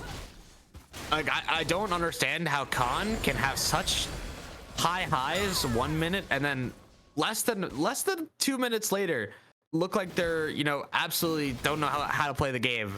Like, we see them have, amazing fight, 3 times in a row, and then Rizwan tries to go mid lane to take the tower, greeds absolutely way too hard, gets taken down by the Vayne, and then that snowballs into them not having people on the map to actually fight for the things they want to fight. They lose Dragon, they get the Herald luckily for themselves, but they get pushed off, and they, you know, almost, and a few of them actually even die for it, to the point where then, you know, the Horizon Gaming team is able to flash coming out from either, very respectful from Zilliana. Okay, they did find Yarg though in the area. Are they gonna be able to find it? They do go for the ultimate here. Absar pulls the trigger and Yarg goes down. Whistly's going to be able to get out using that Dust Blade, and that's gonna be 2 kills for the Con Esports X squad. Absar will pick up 1. That's 2 kills for Triple F though in the final hour. Res 1 can't get out of it. Triple kill for Triple Lift. Maybe even a quadra kill for Triple Lift. Yeah, I mean, I saw the angle there. They were trying to catch out Zilliana, who had a very nice respectful flash, but then they just chased way too far onto Yarg, who is absolutely fine dying in that situation for a fight win. I mean, Baron buff, you know, in the hands of these 3 members of Horizon Gaming means that they should be able to knock down both this mid tower as well as the inhib, as well as you know, just continue to stack on their 6,000 gold lead that they've been able to accrue for themselves in what seems to be a matter of, what, 3 minutes, would you say? I think the gold lead was maybe 1.5 to 2,000 before, but they've been able to stack another 5,000 on top of that since then, and just looking very clean now for the time being. And now, you know, it's looking pretty good here, I would say, for Horizon Gaming Blasters, as they found a way back into this one though. B-Way Bennett did get hit by the Void Seeker, and that is going to be the trigger pulled. They would have loved to have given that kill over to Wistfully, but Absar will get that shutdown and will pick up a nice 600 gold bounty against B-Way Bennett. And with that, Absar should be able to finish their cleaver that they're going for right now. Will be very nice to have as a pickup before this dragon in a minute's time. And actually, this is really curious from Khan, because it doesn't seem that they're backing for this dragon. I think they might be trying to greed this tower before they're forced to back and set up for the dragon. Either that or they're just giving it, but it seems as though Absar will be backing now. No, they won't actually. Are Khan really just giving 3rd dragon here? It's looking like it, and I mean, they have the ability to. They do not have to worry about the soul until the 10-minute mark, and they might just say, hey, we can go for these dragons, and they are going to get that inner tower. They get it down very quickly, and now they're going to go for the back. Because of that power play against B-Way Bennett, they felt comfortable doing it. They will lose that inner tower, it looks like, in the bottom lane. Yeah, but no one stayed to help Wistfully. Okay, no one stayed to support Wistfully. Yeah, Wistfully's there. It is a 1v1, and Wistfully will not be in for this fight. This could potentially be a game-ending play for Horizon Gaming if they're going to be able to find it. They do get some damage into that inhibitor tower. Big damage, though. My God, what a play from Mid2Easy getting into the Cataclysm. That's going to be 2 members down. They're going to take down Triple Lift. They're going to take down General Zilliana, and they get the play that they want. Mid2Easy, what a play from this Cassandra. I mean, Mid2Easy just doing so much for their team there, was able to absolutely be the playmaker of this fight. Just I mean, I guess COD are not done with this game. They're gonna be farming the mid inhib. They should, you know, try and run out towards this dragon. Crucially, on the top side, Wistfully was able to survive in the 1v1 against B-Way Bennett, who I believe was not able to find that solo kill there. But anyway, doing a really nice job. Wistfully now gonna be coming back onto the map. I think crucially, I think that is so big. They were able to get so much, you know, shutdown gold off the top towers, as well as get that fight win. And they're greeting again for the mid tower, which means now that this dragon is back in play for both teams. Only 5,000 now for either team, as we see a collapse coming in from Horizon Gaming. And the teleport's going to come in as well here. They're going to defend their members. Mid2Easy comes in with that TP to be able to make sure that nobody goes down and nobody dies. Con Esports X able to back away. Most importantly there, out of that engagement, the mid inhibitor is the only inhibitor down, which will be respawning very shortly here. Baron now spawning in less than a minute, and it looks like Horizon Gaming are looking to go to pick that one up. Yeah, looking around just at items real quick. And I mean, there's Venus on 3 items. A Frozen Heart is going to be picked up by Yarg very shortly. And I mean, God, there's just so much variety of damage coming out from this Con Esports side. You have the poke from the Kaisa, but it looks like they're potentially caught out here. But actually, no. Dark Torch and Yarg, why are you here? You don't have your team here. Trouble, and Dark Torch is gonna get in. They put in for the Infernal Chains. Wistfully gets the kill against Dark Torch, and now it is a 4 or 5 situation. Absar not gonna be able to get the ultimate against General Ziyal, who's forced to flash away. Baron now spawning in 10 seconds, and there is no smite for the Horizon Gaming squad, and a 5v4 situation in favor of Con Esports X. Kiwi gonna try to be able to defend what they can. Absar gonna try to go for the kill. They find the ultimate against Zilliana. Is gonna go golden for 1 second, only to die. Wistfully's gonna take down Generals, or gonna take down Bayway Bennett. Yarg will fall as Mid2Easy gets a double kill, and the Baron is now ripe for the taking. I mean, I want to call it out. Yard got a 5-man. Got a 5-man crash down. It's Magnet Storm. It is just not enough. We saw a crazy angle come out from Triple Lift, but the Vayne was just, not allowed to hit anything in that fight. Came from the backside, was forced to just be hitting the Alistar and the Aatrox the whole time. Because, I mean, with the way these champions are, right? We saw Mid2Easy and Wistfully dive to the backline onto General Zilliana and instantly flip the fight to the point where Vayne was, no longer flanking, but was instead trying to front to back into a team that had 2 massive bodies in front of their carries and was just unable to do anything. And now the goal lead has shot in the last 5 minutes from 7K in favor of this Horizon Gaming squad to 2K in favor of Con Esports. And they're not done. They now have the Baron buff to push with.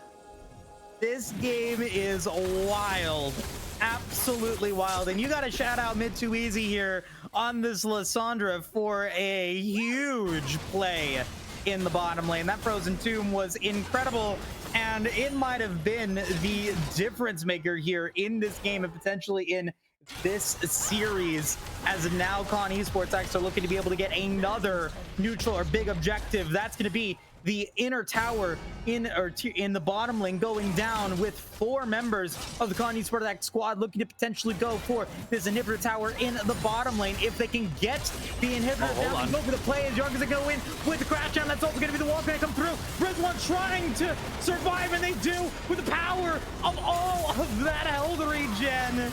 I don't know how they got all that health regen, but they got it anyways. Wistfully's gonna go on a rampage. Mid2Easy's gonna go on a double kill, and that's gonna do it. Con Esports X are now on match points. I feel like I'm watching Golden Guardians versus BDS game number 2 all over again.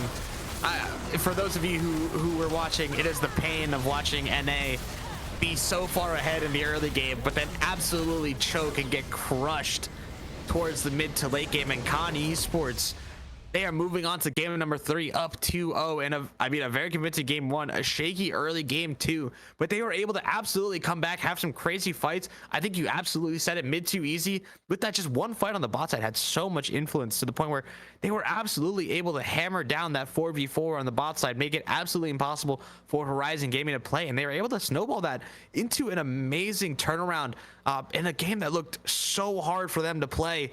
And I think credit has to go to every single member of this Con Esports side. And yes, it sounds a little cheesy, but just for keeping their head in the game and not giving up on it.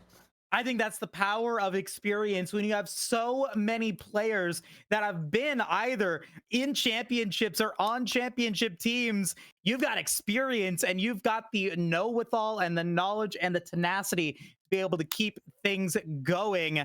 And just shout out, Con Esports for giving us a masterclass of saying, hey, we might give 2 kills at level 1 to our opponent. That does not mean that the game is over. There's still plenty of game that can be played, and they played it very well, and they have now gotten themselves to match point here in this series. And once again, in Masters level play, I gotta call it out. Master level play on stream, the J4 just not pulling out the win after being so impactful in the early game, unable to finish the job in the mid to late game. Definitely something to look at as we continue to move in for the rest of this league and this season. But with that being said, we're going to take a quick break. When we return, game 3 will commence. We'll be right back.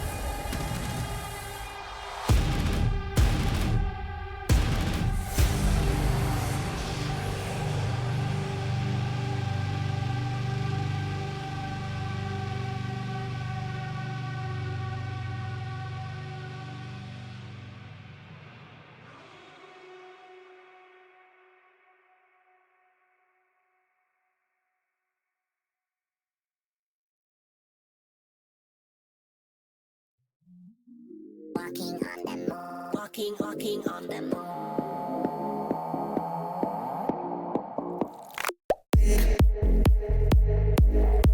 One moment to escape.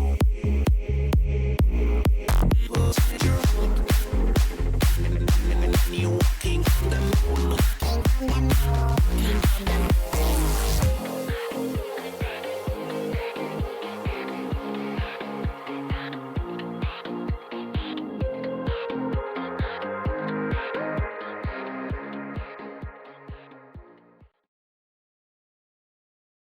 Welcome back, everybody, to the Aegis Marauders League game number 3.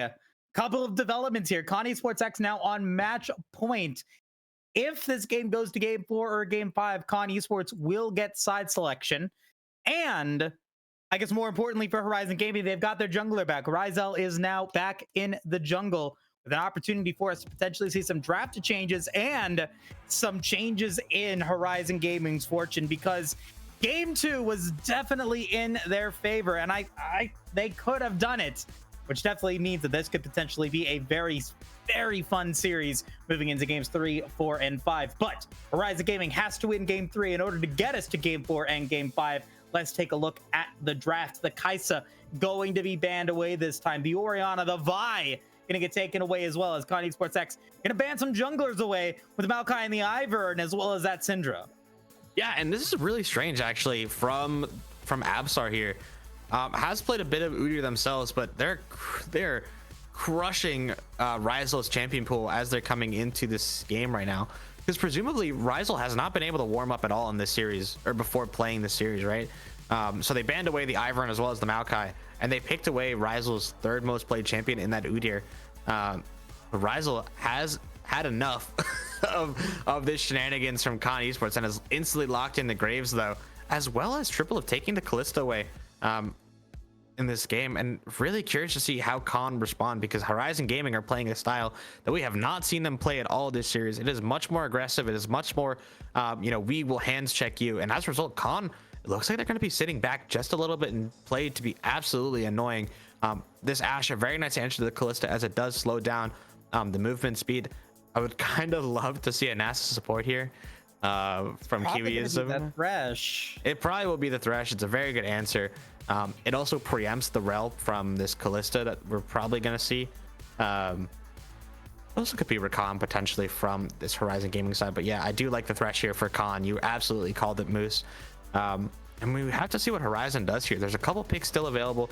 They could go for potentially this Fiora on top side that has been banned away from B-Way for this entire series so far, as well as they could pick a support. I think I would like to see them pick a top laner, as if you look at the bot, there's still Nautilus. Ooh, wow, this is a Yarg special if it comes out. The Pike going to be locked in for the side of Horizon Gaming. Yarg picking up their most played of this split so far to pair along this Kalista in the match of the split. You know, their do or die moment. Cassidy going to hit the ban table though in round number 2.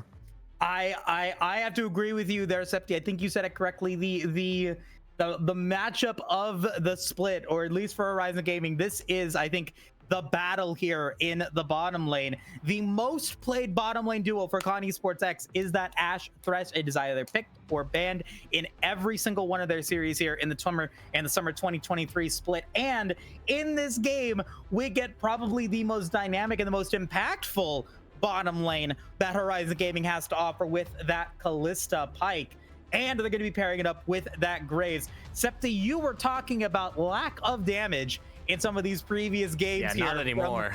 From Horizon Gaming. They've got damage here, but they have very little frontline in to this game, moving into game 3 so far. Yeah, and I mean, they don't really have much in the way of engage. I guess they have the Kalista ult as well as the Pike hook. But when you're looking at an Udyr, I don't think that's enough to take them down. Aatrox finally gonna hit the bans in this game so far, taken away from Rizwan, who's had a cracking series on that champion. Ika gonna be the hover for now. I really like this pickup here.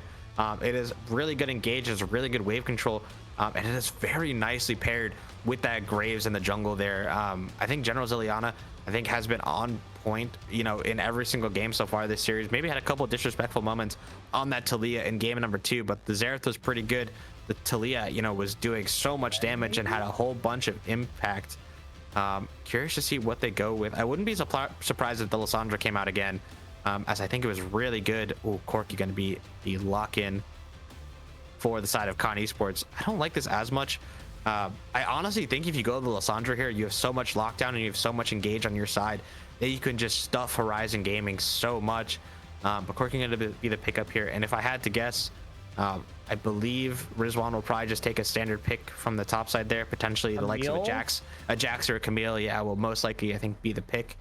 It could be something like a Jace as well. No, it will be potentially that Jax, which is a very good pick here. It probably means that, you know, again, if I were better, it probably means that B-Way will go for something like a Cassante. I think that is a very good pickup for them in this game. Yes, it loses Jax later, but it's a very good answer, and I think it can control the game very well. Although Alawi is a pick that they decided to go towards in game number 1. I don't like the Akali into the Jax, but it will be locked in nonetheless. Yeah, this is going to be interesting unless they send the Nico top lane. Solo queue? Yeah, I mean, Horizon Gaming wants to go out on comfort at least. I mean, they're gonna go out on comfort, but where's your front line? I'm a little nervous here. Okay, yeah, this means. But where are Khan's health bars going, Moose? Where are they going? Who needs front? The best defense is a good offense, Moose. Okay, but riddle me this. If you get hit by one enchanted crystal arrow, if you get hit by one just don't. You're done. You're just destroyed. You're dead. And you have 5 champions with dashes, or 4 champions with dashes, and one that can literally make you guess 50-50. I believe in this Horizon Gaming squad. They have a composition that'll be super fun to watch if it succeeds. And either that or it'll end very quickly for Con Gaming if Horizon Gaming does not get off the ground. Okay, fine. All right, fine. It will be entertaining. I will give you that. Yeah. It'll be either entertaining or very boring. Am I happy with this? I don't know. If I'm LS in 2022 and I'm fighting for my C9 career, I don't know. Let's look at this a little bit more objectively, though. I mean, Horizon Gaming, yes, you said please. They don't have a traditional frontline, but they have, you know, a whole bunch of, you know, ways to stall out. They have the Pyke that can go in and be dragged out by the Kalista. That's one, you know, way to disrupt as well as stall out the front line. You have the Akali that can dive in with the Shroud as well as be a nuisance and be disruptive towards enemy champs. You have Graves with the smoke screen. You have the Pop Blossom from Nico that can create space and lock down a whole bunch of people. So, I mean, yes, they don't have the traditional front line, but they have a whole bunch of ways to, you know, close the gaps and be annoying, as well as they don't really care about Udyr and Thresh for the most part. They can kind of ignore them. I think you're kind of sacrificing your Kalista if that's the case. But they have so much damage to break down the front line, and I think this Nico is going to be critical when it comes to dealing with the Udyr. If they're able to land the root, it could absolutely allow the likes of Triple Lift to stack these spears to the point where they can rend. And then Yarg, I mean, yes, if Yarg is able to get a reset onto one of the frontliners in that Udyr or the Thresh, the rest of the team, you know, by default does not have very much health, and Counter-Strike does not block the death from below. So, I mean, there's a lot of damage that is, you know, not blocked by Counter-Strike. You know, you have the Akali Shurikens, you have the Graves Q, you have the Graves ult, you have Nico ult. And if this Jax is trying to frontline, and they could, you know, pretty easily fall prey to the massive AoE wombo that comes from Horizon Gaming here. I don't think it is traditionally the way that a lot of people play, you know, comp these days. You know, generally you like, you know, your tanks at the front line, you like at least 2 or 3 pieces of engage, and you like scalers.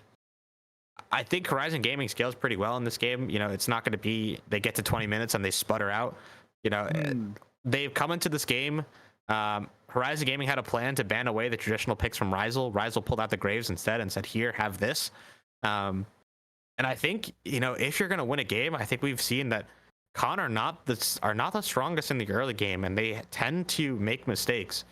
So if you're able to punish them with your team, and arguably, you know, have better communication with Ryzel coming back in, I believe Horizon have a shot to make this composition work, and stick it out for a potentially, you know, game numbers 4 and 5. Should we get to that point. But I mean, I'm rooting for them. I think this comp will be really fun to watch if it succeeds. And I mean, if they're picking it, they're confident. So We'll have to see if they are able to do it. I ended up picking the correct Soul and Rift last game. Did you? It was a Hex Tech, right? no, it was Mountain. What? Yeah. What? Oh boy, I'm losing it. Septi, I'm losing it. I was like, what are you talking about? It was Cloud, then it was I want to say it was Cloud, then it was what was it? It was Cloud, then it was Ocean, and then it was Mountain. Okay, I'll take your word for it. I'm sorry. I didn't mean to bamboozle you there. I'll take your word for it. I will go first. I will go with Cloud and Mountain this game. It's going to be a Mountain Drake this game again. It will be Infernal Dragon is what it will be this game. Oh, okay. It'll be Infernal Dragon or Hextech Dragon. That is what Horizon needs, and that is what it will be. And yeah, it was Mountain Dragon. I just checked. Okay, I'll go Chemtech again. I'll leave you with the Ocean Soul. All right, folks, we're going to take a quick break. We'll be back with Game 3, Kind Esports X versus Horizon Gaming Blasters. Don't go anywhere.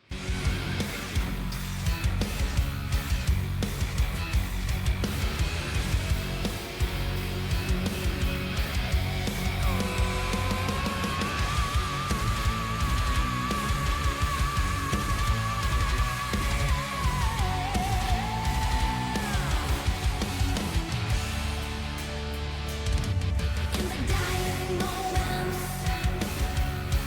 you can look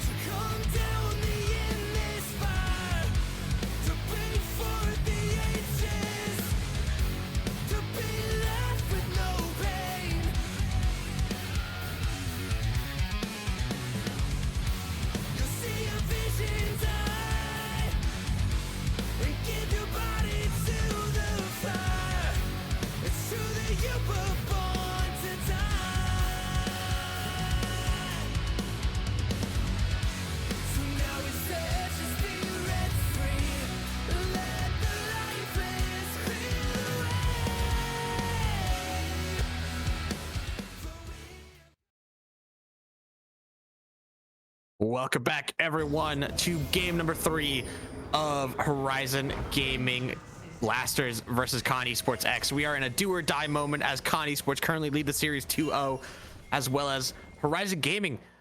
I mean, pulling out all the stops in this game number 3. We talked about it a bit in draft. It is a solo queue style composition. They are going for the absolute hands check game. Going out the way that they want to play, you know, with crazy picks. We have Graves, we have Pike, we have Kalista, we have Nico. I mean, this is going to be a super exciting one for this Horizon Gaming squad. And I mean, B-Way Bennett has been kind of, I think, a bright point for this team moving throughout this series. I mean, we had a bit of a rough game 1, but was able to, you know, have some of that pressure on that Alawi. Looked pretty solid in the Aatrox versus Akali matchup in game number 2. And has now pulled it out for game number 3 in a match which I don't think is as good for them. But we're gonna have more shenanigans, as I think Horizon Gaming have had enough and they want to invade themselves. See if they are able to do it though, and it does look like that is going to be the case. No more Dark. It's Sir Rizel that is here, and they are continuing to go. They're still going. The red buff, and everybody knows that they are there. And the response is going to be from Absur and Rizwan to pick up the red buff themselves, and that is going to be the trade. Might be seeing some vertical jungling here as we move into the first stages of the game. Yeah, and everyone knows everything that's happening. I mean, they know that this red buff is getting taken by Rizel. They know that the red buff is taken by Absar. And the curious thing is going to be how much of each jungle does each jungler take?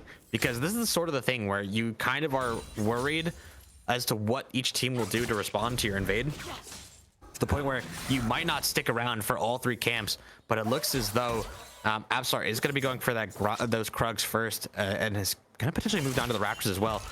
Will do so as Rizel is just finishing the Raptors, and I think we'll actually be moving back to their own quadrant potentially. No, we'll be going down towards the Krugs. But with that said, but look at the bot lane. Look at how stacked that wave is. Okay. Oh boy, some shenanigans might be afoot here. Too easy, going to be traded upon. They pushed it. Not gonna be going for any sort of all-in dive or any sort of opportunity to go for any sort of opportunity for a shenanigan play. Nor did Whistley or Kiwi go for any sort of look towards the Krugs. They stayed under tower, and so shout out to Triple Lift and Yarg for being aggressive in the bottom lane and not allowing Whistley or Kiwi to walk away to give Razel the opportunity to get the full jungle clear. And now it just means that, you know, both teams just kind of going with that vertical jungling and no one getting punished either way in any direction.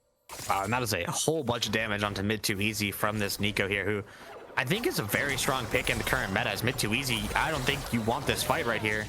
Oh, and that's a solo bolo. First blood for General Ziliana on this Nico. Now going to have advantage here, moving into the next stage of the game.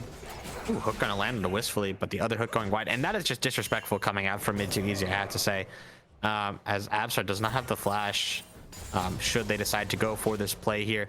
But I mean, I think you just have to be aware. You've seen how much damage the Qs can do from this Nico so far, and the fact that you know stick around and play so close to the wave there, it's just really disrespectful. And now first blood gonna go over to General Ziliana on a champion that, I mean, with gold can do a whole lot, considering that she likes to roam as well as distribute her power throughout the game. And we gotta keep the check on going, seeing if teams and players count how many minions there are. Potentially get yourself in trouble if you don't recognize that and get yourself bursted down. A very fed Nico would be very problematic. Now we got play going into the bottom lane as they try to go for the stun against Wistfully. Nice hands, good dodging. The death sentence landing onto Rizel. He's gonna be down to half HP. Does not get the trade that they're looking for. And really nicely done from Wistfully to be able to avoid a lot of that damage there in that gank. Yeah, a bit of a whiff actually coming up from Yarg there. Went for the E flash, didn't even have to. Ooh, hold on. Got another play going to come in. Wistfully going to be forced to flash that time though, but now the play is going to be very advantageous for the side of Con Esports. Yarg is going to be the target, not going to be able to escape this one. Who gets the kill? It's going to go towards Wistfully. We'll take down Yarg, evening out the kill count. Yeah, I mean, a bit of an overstep there. They don't know where Absar is. They try and go for the play there. And now even Rizel is backing on Vision, which means that Absar has full tempo on the map, can make any play they want. And this damage in the mid lane is just absolutely stacking in favor of General Ziliana. as Rizwan was very close to knocking B-Way Bennett down to 1 HP as the Ignite is going to come out. Where's the Counter-Strike, Rizwan? Is it available? Does not matter. The Ignite going to take down the top laner of Con Esports X. And B-Way Bennett, again, having a good lane for themselves. That's 2 games in a row. I thought that this lane might have been generally more in favor of the Jax here, but for the time being, Akali doing a really nice job with those 5-point strikes, as well as that Ignite going to take down the top laner there for the first blood in this top lane. Yeah, and I also think, you know, with, you know, B-Way Bennett using the teleport earlier, did have a little bit of an item advantage there.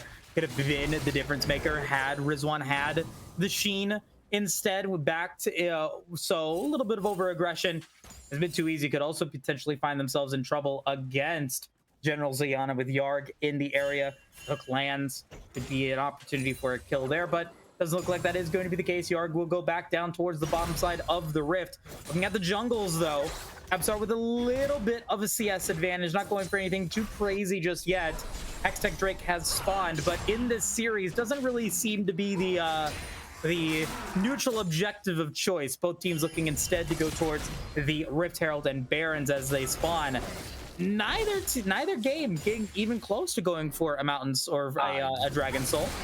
I mean, when Absar shows on a top lane ward like that, Ping instantly went onto that dragon there, and hopefully Rizal will be moving towards the spot lane here. Has push in the mid, has push in bot, so this should be an early dragon. And Hextech, definitely one of those dragons that is helpful early, you know, with the ability haste, and I believe with some movement speed as well.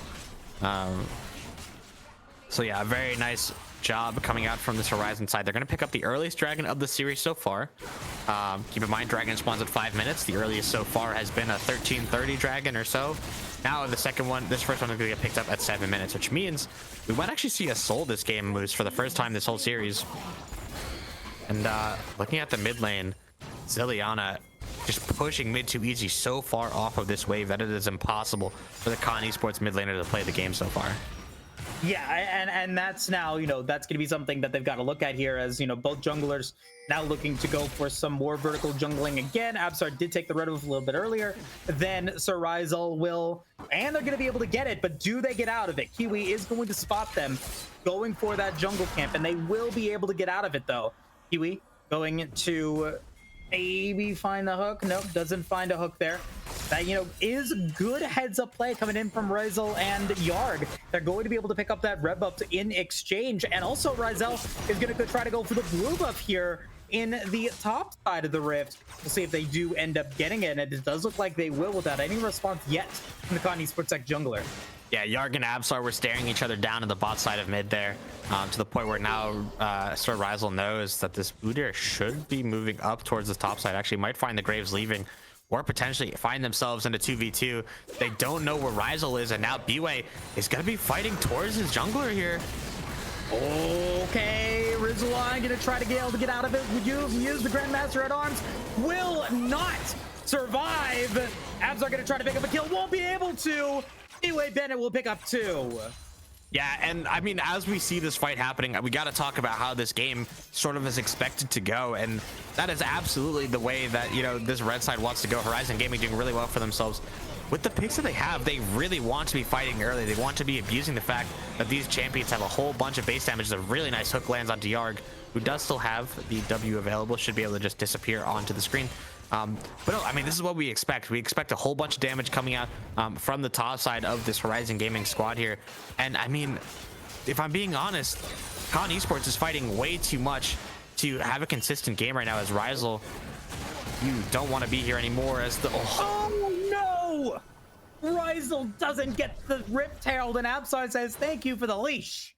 Yeah, a 906 smite, I believe that was, and then the 6 damage ticked down from the Phoenix stance, or whatever it's called nowadays, as Absar is not done. What? Rizal, what are you doing? And that's a clean kill for Absar. We'll just take it. Not only does they get the Rift Herald, but they also get the a kill onto Rizal, and they escape. B-Way Bennett not able to take the kill against Absar, but we got General Zilliana going to be able to get the knockup in on Absar. That will be a kill for General Zilliana. Rizwan going to be able to get away thanks to the Counter-Strike Leaping Strike, but maybe a miscommunication there coming in from mid too easy. Not keep paying attention to where their mid laner might be. They go one in that whole play overall. They go 1 for 1. They pick up the Rift Herald for this blue side here, as well as they get a plate into the mid lane for mid 2 easy, which honestly is absolutely fine if you're, you know, Con Esports. You want this game to sort of slow down a little bit. You don't want to, you know, get too much gold in the pockets of this Horizon team, because I mean, they do so much damage, and if you're not able to scale into your items, you will just get absolutely taken down by them pretty consistently. And I think, you know, Moose, for the first time this game, the bot lane, sorry, for the first time this series, the bot lanes have been very quiet after that E flash engage coming out from Yarg earlier on, and they're backing on a ward now as Kiwiism. Oh, they both avoid him. Good dashing. They will avoid the hook. They'll avoid the enchanted crystal arrow, and they'll avoid almost certain doom. Yeah, and with this, actually, they should be able to get a very nice wave for themselves. It is a melee wave, so they should be able to push it very quickly for themselves here. Should be able to get a base in return, as well as deny a good amount of CS from Triple Lift here, as Absar as well, just being an absolute nuisance. We've seen this the entire series. Sir Rizel is, you know, gets the same treatment. We talk about equality amongst junglers, gets the same treatment as Dark from game number 1, constantly just invading on that bot side, or in that jungle in general. As man, this Nico pops on her Qs just do so much damage, as Mitsuizi is forced to go the safe way around here, is not even able to step through this little alley there next to mid lane, as Rizel and Yarg gonna be looking for a potential invade onto the bot side. They know generally what the red buff timer is for this Udyr, but Missing Ping is gonna be going around mid, as mid 2 easy gonna collect that wave in the mid lane. Want to talk about the biggest item purchase here in this series potentially? B-Way Bennett going for the first item, but guys, that's going to be the talking point of this game. Can B-Way Bennett hold on to those stats? Currently 8 of them right now. Let's see if they are able to do that, as we do get a dragon starting here from the side of Horizon Gaming. They do have the Rend as well as the Smite to be able to pick up this dragon. It does look like they will be able to in response. Con Esports X might be looking to go for a tower in the bottom lane, but they're now potentially in trouble. Whistly's going to get the Dark Passage, trying to be able to get out of this one. Yarg gonna try to come through. What? They're gonna get stunned. What was that? What was that? Yarg, what are you doing? That's not how you use that ultimate. I mean, the fight's not over. Hook could have landed onto Akali. Bennett will pick up the kill, go on a rampage now with all 5 members of the Horizon Gaming squad now in the bottom lane. They've got to make this valuable. Wistfully does not have the enchanted crystal arrow. What's up? It happened. Look at the soul. It happened. It's a cloud soul. What? It finally happened. But unfortunately, we don't have time to talk about it, because we have to talk about how this fight on the bot side has gone absolutely horribly, I'd argue, for the side of Horizon Gaming. You get another kill onto B-Way Bennett, but I mean, that comes from the absolute fumble that was Yarg trying to use the death from below to land the stun. I mean, you get 2 plates on the top side, you get a kill trade, you get plates on the bot side. It is really nice as Rizwan, you have overstayed and backed in the wrong spot, my friend. Is he gonna get punished for it? He might. B-Way Bennett wants it. Now force the flash away. We'll be able to get out. Very close. If B-Way Bennett got one more passive proc off there, and did not have the ignite available, so was very close to making that happen. Not quite enough damage. Rizwan forced to flash away, and I think we just saw how much damage that Akali can actually do, because I mean, it has forced Rizwan to pick up yet another very early hex drinker in this top side here. I mean, yeah, I mean, this game is going, I think, fairly okay. I think Con Esports are pretty okay with how this game has progressed so far. Maybe giving up a few more kills on the top side than you would have liked. I'm sure Wistfully will get punished for that later on into the game. But I mean, other than that, I mean, you have Kraken Slayer finished on your 80 carry Kiwis. I'm going to send the hook a little bit wide as Ghost pops. Okay, we do have Triple Lift down, going to be at half HP. Yarg is in the area. Yarg going to get the stun on Wistfully, but Wistfully trying to be able to get out of this one. The stun's going to land. Great ult coming in for Triple Lift, but it doesn't matter. Kiwi doesn't get the Pop Blossom. Flash from both Wistfully and Kiwi outplay the Nico, giving no more kills over to Horizon Gaming for now. Yeah, and first tower will go the way of mid 2 easy because of this, I believe. Should be trying to knock down this mid tower in just a second or so. Will do so as Absar is absolutely running down. Sir Rizel doesn't have the flash available themselves, but will force the Graves to use theirs. And I mean, credit has to go to Wistfully and Kiwiism. They play that so well. Yarg trying so hard to force his Rizwan. You do not have... We do not have the facilities, my friend. As I mean, B-Way Bennett again just stacking more and more onto this Magi Soul Stealer, and this Akali is gonna be a problem. Well, I mean, like any solo queue match, there's always going to be somebody that has to be the carry. And this game, it's B-Way Bennett. If I'm in my solo queue match, I'm saying I'm taking one for the team. I'm doing whatever I can to facilitate B-Way being able to deal as much damage as possible. Yeah, and I'm a little surprised that we haven't seen Rizwan pick up an early Merc Treads. That item is just really good. I understand they have the Hex Drinker, but when you're against the likes of, you know, Nico as well as Akali, you just get so much value from those Merc Treads. I mean, yes. Oh my god, Yarg is dead. Yarg does not get the play that they want. Kiwi's gonna get hooked, get hooked right into Ryzel, who wants to get out, but Ryzel can't do it. Will end up going down. Ileana's gonna be able to get a nice pop ultimate onto the Udyr. Absol will fall.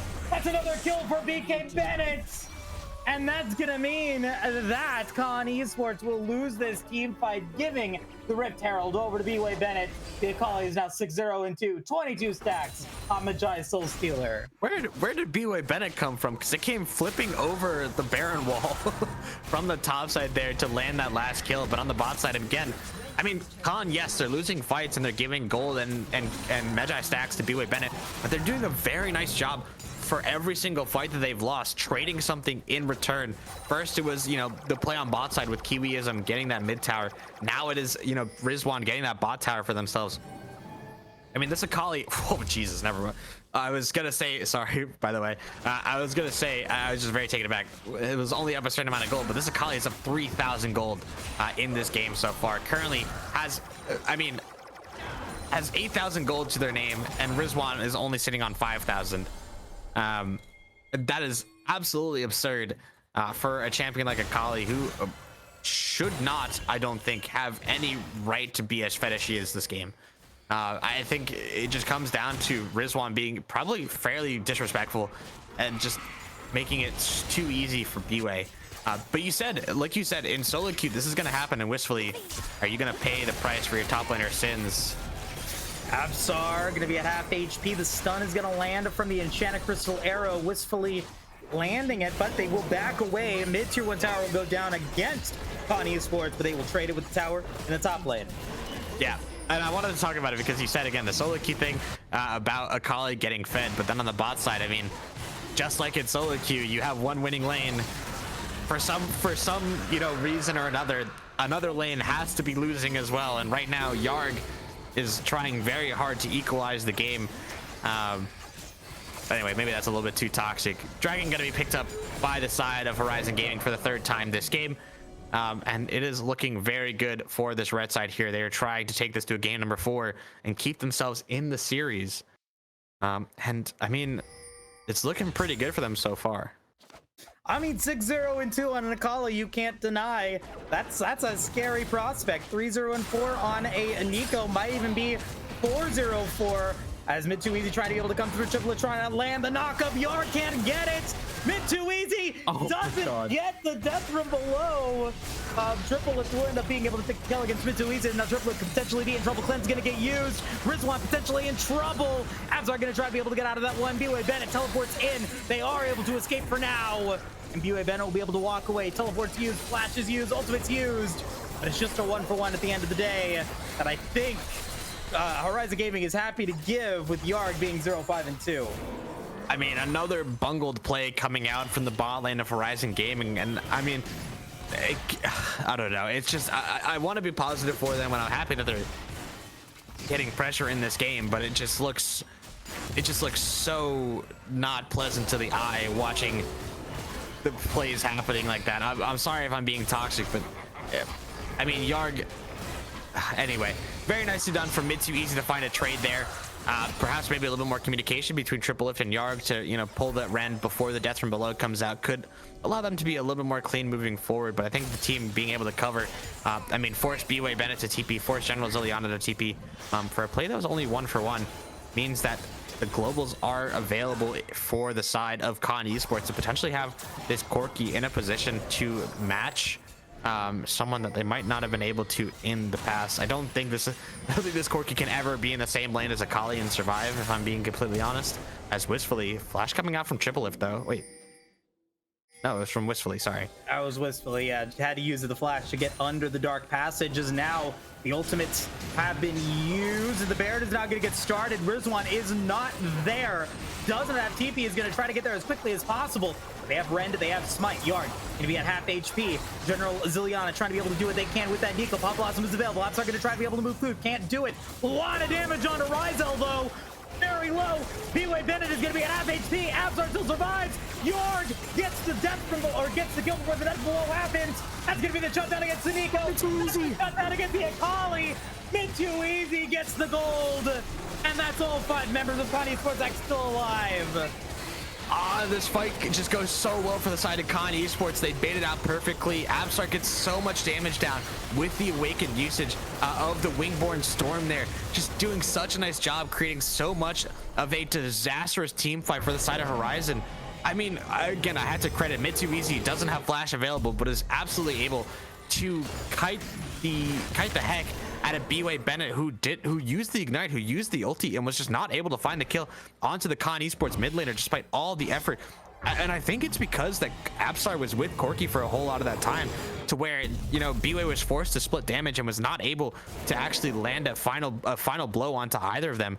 And now Khan is wearing purple in a game where they had absolutely no right based off the early game. But once again, I mean, they find a way in the mid game. Mid too easy now. 4-0-2 picks up a Hex Drinker from that exchange. Kiwi can't land a hook. Yard can't land a hook. And right now, it is a very advantageous situation for the Khan Esports X squad as they now move forward towards the mid lane. Still have a lot of good damage on from General Zayana. They also have a lot of damage from B-Way Bennett. Neither one of them able to do anything with it just yet. Baron still available for another minute 40 seconds as Rizwan looking to be able to potentially get that inner tower in the top lane. Will they be able to get it? They will be able to get it. Fruit's gonna land onto Kiwi. Kiwi's gonna land the hook onto General Zilliana, trying to be able to get out. The Pop Blossom not gonna deal that much damage. Kiwi will take down General Zilliana. That's now Triple Lift in trouble. Absar trying to be able to do what they can. Yarg gonna try to get away. Will get away from the ult. Will they survive? The death sentence will take down Triple Lift as B-Way Bennett will take the kill against Rizwan in the top lane in exchange. But at least they get something in this exchange, but Baron is still up on 4 members in the mid lane. Yeah, but B-Way Bennett was forced to use the ultimate there, and so now the rest of Khan Esports can pretty safely walk up without the fear of that Akali jumping into their face. And Ryzel now going to be trying to get any damage onto this wave here to clear it, with the cannon firing down on this inhib tower. Should just spell an absolute disastrous hook lands again onto Yarg, who is going to go down again in this game. 0-7 on this Pike here. Is teleport coming in from Zilliana, who doesn't have the Pop Blossom available yet. Is just looking for a little bit of an engage onto the side here as Horizon, they think they have this fight. I don't know what you're doing here. This is gonna have to be good. It's not. Yeah, that's how I'm thinking right now. What is happening is perfect execution. It's not gonna spell anything good for the side of Horizon Gaming. Now Dragon on the table for the side of Khan Esports. 3 currently in the pocket of Horizon Gaming. Would have meant, I guess, that they just wanted. It's just so weird. I don't know why you force it when you have your bot lane coming up there. As Rizwan now sees the E being used by General Zilliana, is gonna potentially force the Nico back. But that should be first dragon picked up for the side of Khan. Very nicely done coming in from the Khan Esports X squad. They will continue to add to their mid-game dominance here. They did not pick up the inhibitor tower, the inhibitor in the mid lane, but they're now stopping the Dragon Soul and Rift from continuing. The Pop Blossom's gonna land. General Zilliana gonna be at 1 HP, will be able to flash away from the damage a bit too easy was able to put in. Not yet level 16, but they do have the package, and will use the package to be able to get away from that fight. They are gonna be able to walk through that. And that's going to be the rest of the Khan Esports X squad. Going to be able to take Grump, going to be able to take the rest of the jungle, and will walk away. bit of a rough situation, and like most solo queue matches, you have to win the game before 25 minutes. Otherwise, the team with the team comp will win the game. And unfortunately, there's just enough front line for Con Esports X that they're able to survive the damage that B-Way Bennett and General Zenyatta are trying to put through. Yeah, but now this Medjai is on to B-Way is barely gold efficient. I believe it is 7 stacks is the point at which is it 8? Is it 8? I thought it was 7. No, it's 7. It's 7. You're right. There, I'm just saying it's at 8. Oh, yeah. 7. So 7 is the amount of stacks that that this item needs to be gold efficient. And you know, B-Way Bennett barely sitting on 8 stacks when you know it was, I believe, at 24 earlier on in this game.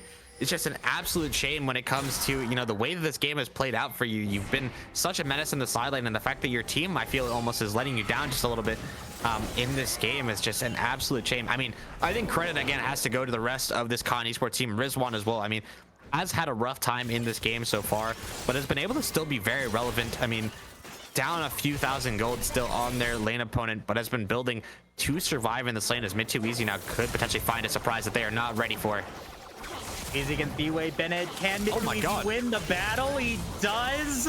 And it wasn't even close as the Enchanted Crystal is going to land on the Ryzel. This could be the end here for Con Esports X to take this win. Whistley will go down. Yarg going to be able to get out of that one. Yarg picks up a kill. Over the hood. Destin's landing in on a Triple F though. Triple F dies. And Kiwi will pick up another kill, going on a killing spree now. 4, 2, and 10. I'm sorry. I think this is game, Moose. I think it is as well. They're going to go for the inhibitor, potentially go for the end. That's going to be potentially it here. Septi 4v2. Here we go. I mean, they have the wave clear with this Nico here. Should General Ziliana be able to catch this wave outside of tower? Very nice start to it. Only the canisters available. Mid2Easy gonna use their dash. Has flash available still. Oh, there he gets it. He'll take the double kill. Some style points to end that.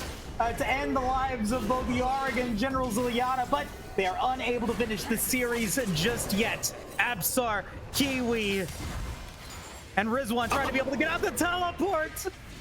Kiwi, walk away. Kiwi, walk the other way. They want the kills. Are they going to be able to get them? Kiwi might be the sacrificial lamb here. Yeah, I think B-Way Bennett is going to try and chase down this Udyr with little success. As Kiwis, I mean, you have been the sacrificial threats this game. We thank you for your service. Please give that 200 gold to the Graves instead of anyone else. Flash though? That is. Flash? What? Flash? What? Gonna try to walk away? Still alive? This is the great escape. Don't take it. Don't take it. Executed? Oh no, He's worth gold again. Oh wow. I thought the worst person to give that to would have been Ryzel, but we have once again reset the gold value of Yarg, which is very nice for the side of Con Esports. And now they have pulled the entire side of Horizon Gaming to the spot side. The Ashe and the Udyr and the Jack's going to be burning down this Baron. 5k already, down to 4. This jungler is nowhere near. Sir Ryzel going to be looking on from afar as Yarg going to fail to land the hook onto the dying Baron. But General Ziliana is not quite done yet. Has a pop-up available. Wistfully going to flash away. Sorry, Moose, I am stealing your job. This game, like most solo queue games, devolves into chaos. And that is what we've seen here in this cast. Septi, you go for it. I love it. I live for it. I mean, it is fun from time to time, but I mean, they're gonna pick up the Baron. Khan is looking very good after the disastrous early game. B-Way Bennett still sitting on 0 stacks. That feels absolutely horrible for the Sakali. 2 items finished on the AD carry for the side of Horizon Gaming. I mean, just looking around, I mean, 3 items on this Udyr is going to be an absolute menace for the rest of the side. We already seen how much damage the empowered Phoenix form can do from the Udyr just to the team in general. Just constantly slowing and constantly dealing ticking health damage. So Wistfully gonna, try and knock down this tower here. And B-Way Bennett, you can do nothing but look on as your tower falls around you, and Mid2Easy actually gets caught by the hook. Too easy, maybe in trouble here. Rizwan with a multi-man counter strike. Triple whip is the target, will go down with ultimate. Can't get it. B-Way Bennett is next. Medjai Soul Stealer stacks now gone. Mid2Easy survives. General Zeon is gonna go golden. Does still have the pop-offs available. Gonna try to use it. You will unfortunately get nothing for it. 3 members of the Horizon Gaming Blasters squad are now dead, and COD Esports X will move on to the semifinals of the Aegis Marauders League 2023 split. Yeah, a 3-0 for this Con team. They proved that the regular season match was not a fluke. I think it's kind of unfortunate this game for Horizon Gaming. I mean, you saw some bright spots from them, but in the end, there was just not enough that you could do. I mean, the likes of Mid2Easy and Absar just absolutely putting the team on their back there. Kiwiism had some great hooks. Wishfully as well, playing extremely safe and extremely intelligently in that game. I think to go for the build that they did was really good for them. The Triforce for the extra health, as well as the Wit's End to build against that Akali that had been absolutely terrorizing that game. And we saw it in the last fight there. We saw, B-Way Bennett try to go on to Mid2Easy. But the Maw of Malmortius just keeping them alive to the point where Akali used, I think, their full combination on that Corki and just was unable to land any meaningful damage. And I think this just shows that, I mean, the AD threats of this Horizon Gaming squad just did not get off the ground, because we see magic, we see MR items, we see a Maw on Rizwan, we see the Jock Show into a potential AP item on Absar, we see the Maw again on Mid2Easy and the Wit's End. So every single person being able to successfully invest in MR and not get punished for it by, Rizal and Triple Lift is just absolutely amazing coming out, from this Con side. And I think this shows, again, we said it at the start of the cast, we said Shurima was going to be one of the better groups in this playoff series. And I think, while it was a 3-0, there were definitely moments where Horizon had their time to shine. They were definitely playing well throughout many moments of that game too. I think game number 1, they had some bright spots. I mean, we saw the early game of their game number 3 as well, and just unfortunately unable to close out the games. But I think when you see this 3-0 next week and we're talking about it and we're thinking about, it was a 3-0 of they just beat Horizon Gaming, I don't think we could say that, because Con had to grind and fight to get this win. And congratulations to COD Esports X. And also, you go give credit to credit is due. Congratulations to Horizon Gaming Blaster, one of the top 8 teams of this summer 2023 split. Congratulations to them. A well-deserved finish. Very nicely done indeed. And I hope to see you guys again for the next Aegis Marauders League split coming up. We have an interview ready to go. We're going to take a quick break to get that set up, and then we will come back with an interview with COD Esports X. See you guys shortly.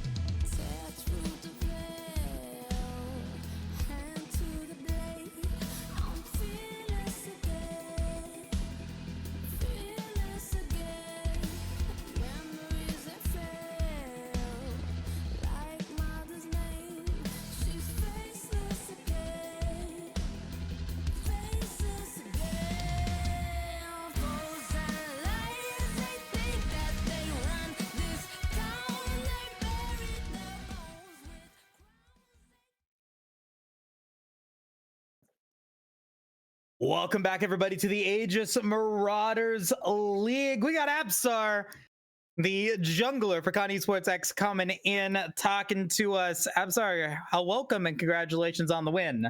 Thank you. Happy to be here.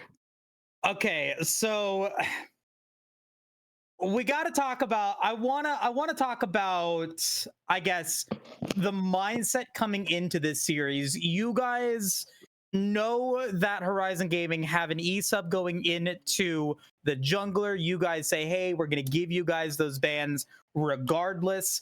Is that a respect thing? Is that a confidence thing? Is that just a we're gonna beat you at your best mentality. But what's your thought or the team's thought with that moving into the series?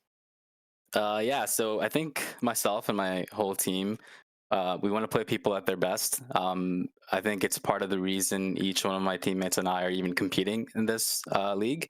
We want to go up against the best players.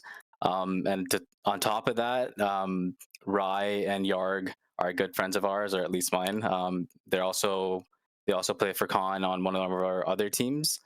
And it really sucked that Rai couldn't join us. We did our best to try and delay it or even reschedule it, but um, some of the players weren't available, so they ended up having to use an ESUP. So the least we could do was waive the bans, and we'll be waiving bans for anyone in the future that we're playing as well, because we want to play against the best.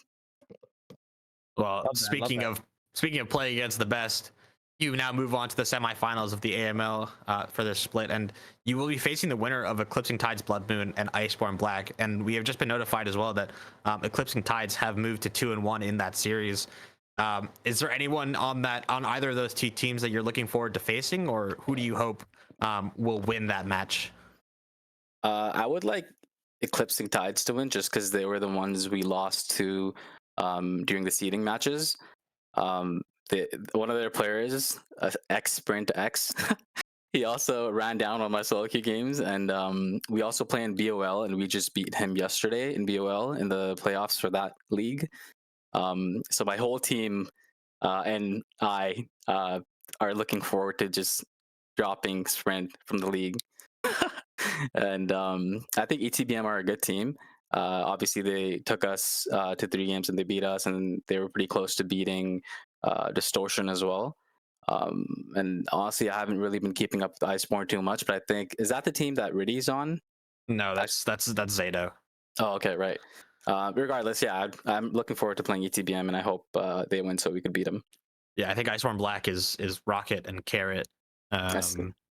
But anyway, moving on a little bit, I wanted to talk about drafts because you said you wanted to play people at their best, and I kind of wanted to talk about the different styles that you guys played tonight, because we saw game number 1 and game number 2. You guys played the crazy Kaisa Aatrox with some great success. I mean, I don't think anyone would have guessed that on Sejuani versus Maokai you would invade level 3. Can you now that the series is over, can you kind of take me through your thought process? I guess playing against both junglers. Yeah. So both junglers were pretty good, I would say. Big shout out to my mid laner Easy for having that ward at Raptors, which is what allowed me to invade. The thing with junglers is, as long as a jungler has information, a good jungler will put it to use.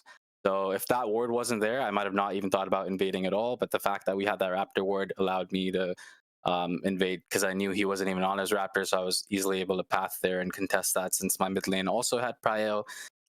Spoke to my bot about invading, and they were all on board. So, which is why it worked out. So, like, this play was discussed at least a minute ahead of time. It wasn't just like, okay, I'm going right now, and I got like the go aheads from both my lanes, and so it was like a team play.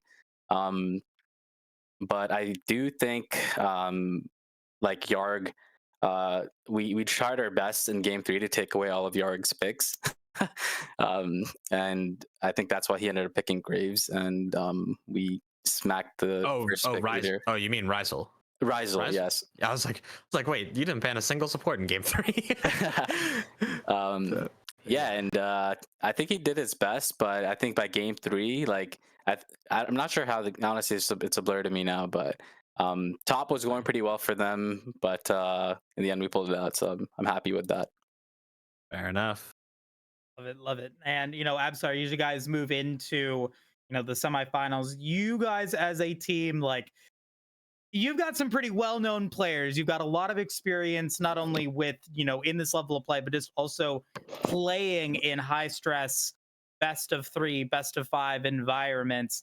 Do you think that is an advantage? Do you think that could potentially get you comfortable? Do you think that changes your mindset, or are you just thankful for the experience and the wisdom that all of that experience brings you in these games? Yeah, I'm really thankful for the experience first and foremost, because this is my first time playing in a league like AML. Like, I played in Style Esports last split, which my brother Rizwan's my brother, by the way, the top laner. Rizwan and I won the championship in that league, and we decided we wanted to compete in something a little bit more structured. So we joined this, and I think all the experience we're gaining. I mean, a lot of people probably noticed too, but Khan hit a bit of a slump like a few weeks ago. We started dropping more games, and we were losing to teams that like we would 20-minute end games against previously. But with the playoffs and us doing like BO3s and BO5, I think we're definitely ramping up in the right direction. So to our next opponents, just look out because we're warming up. Love to see it. Love to see it. Any final shout outs you want to give before we let you go? I'm sorry. Yeah, a big shout out to our coaches, Leica Moss and Dorwe. Dorwe is our head coach, and Moss is basically the assistant coach. And they've been helping us a shit ton with individual mistakes and just like macro things and how to play the game in different ways that we hadn't recognized in the past. And obviously, thank you to my whole team for putting up with me. You know, junglers have some sort of toxicity here and there when games don't go their way. But I'm thankful to all of Khan as well. So shout out to Khan, and thank you for the interview. Shout out to ML. Thank you so much, Absar, for your time. Appreciate you continuing to do what you do, and best of luck for the remainder of the series and the remainder of the AML. With that being said, though, that is going to do it today for the Aegis Marauders League. Check out I believe, the ending of the Aegis Protectors League this week, along with the Aegis Challengers League on Friday. Going to be a ton of fun. If not, check us out again next week, Tuesday, 4 p.m. for the semifinals. Whatever series is going to be, it's going to be a ton of fun, and we will love to see you guys there. On behalf of everybody here at Aegis Marauders League, stay safe. Have a great rest of your week, and we'll see you guys all next week on Tuesday. Take care.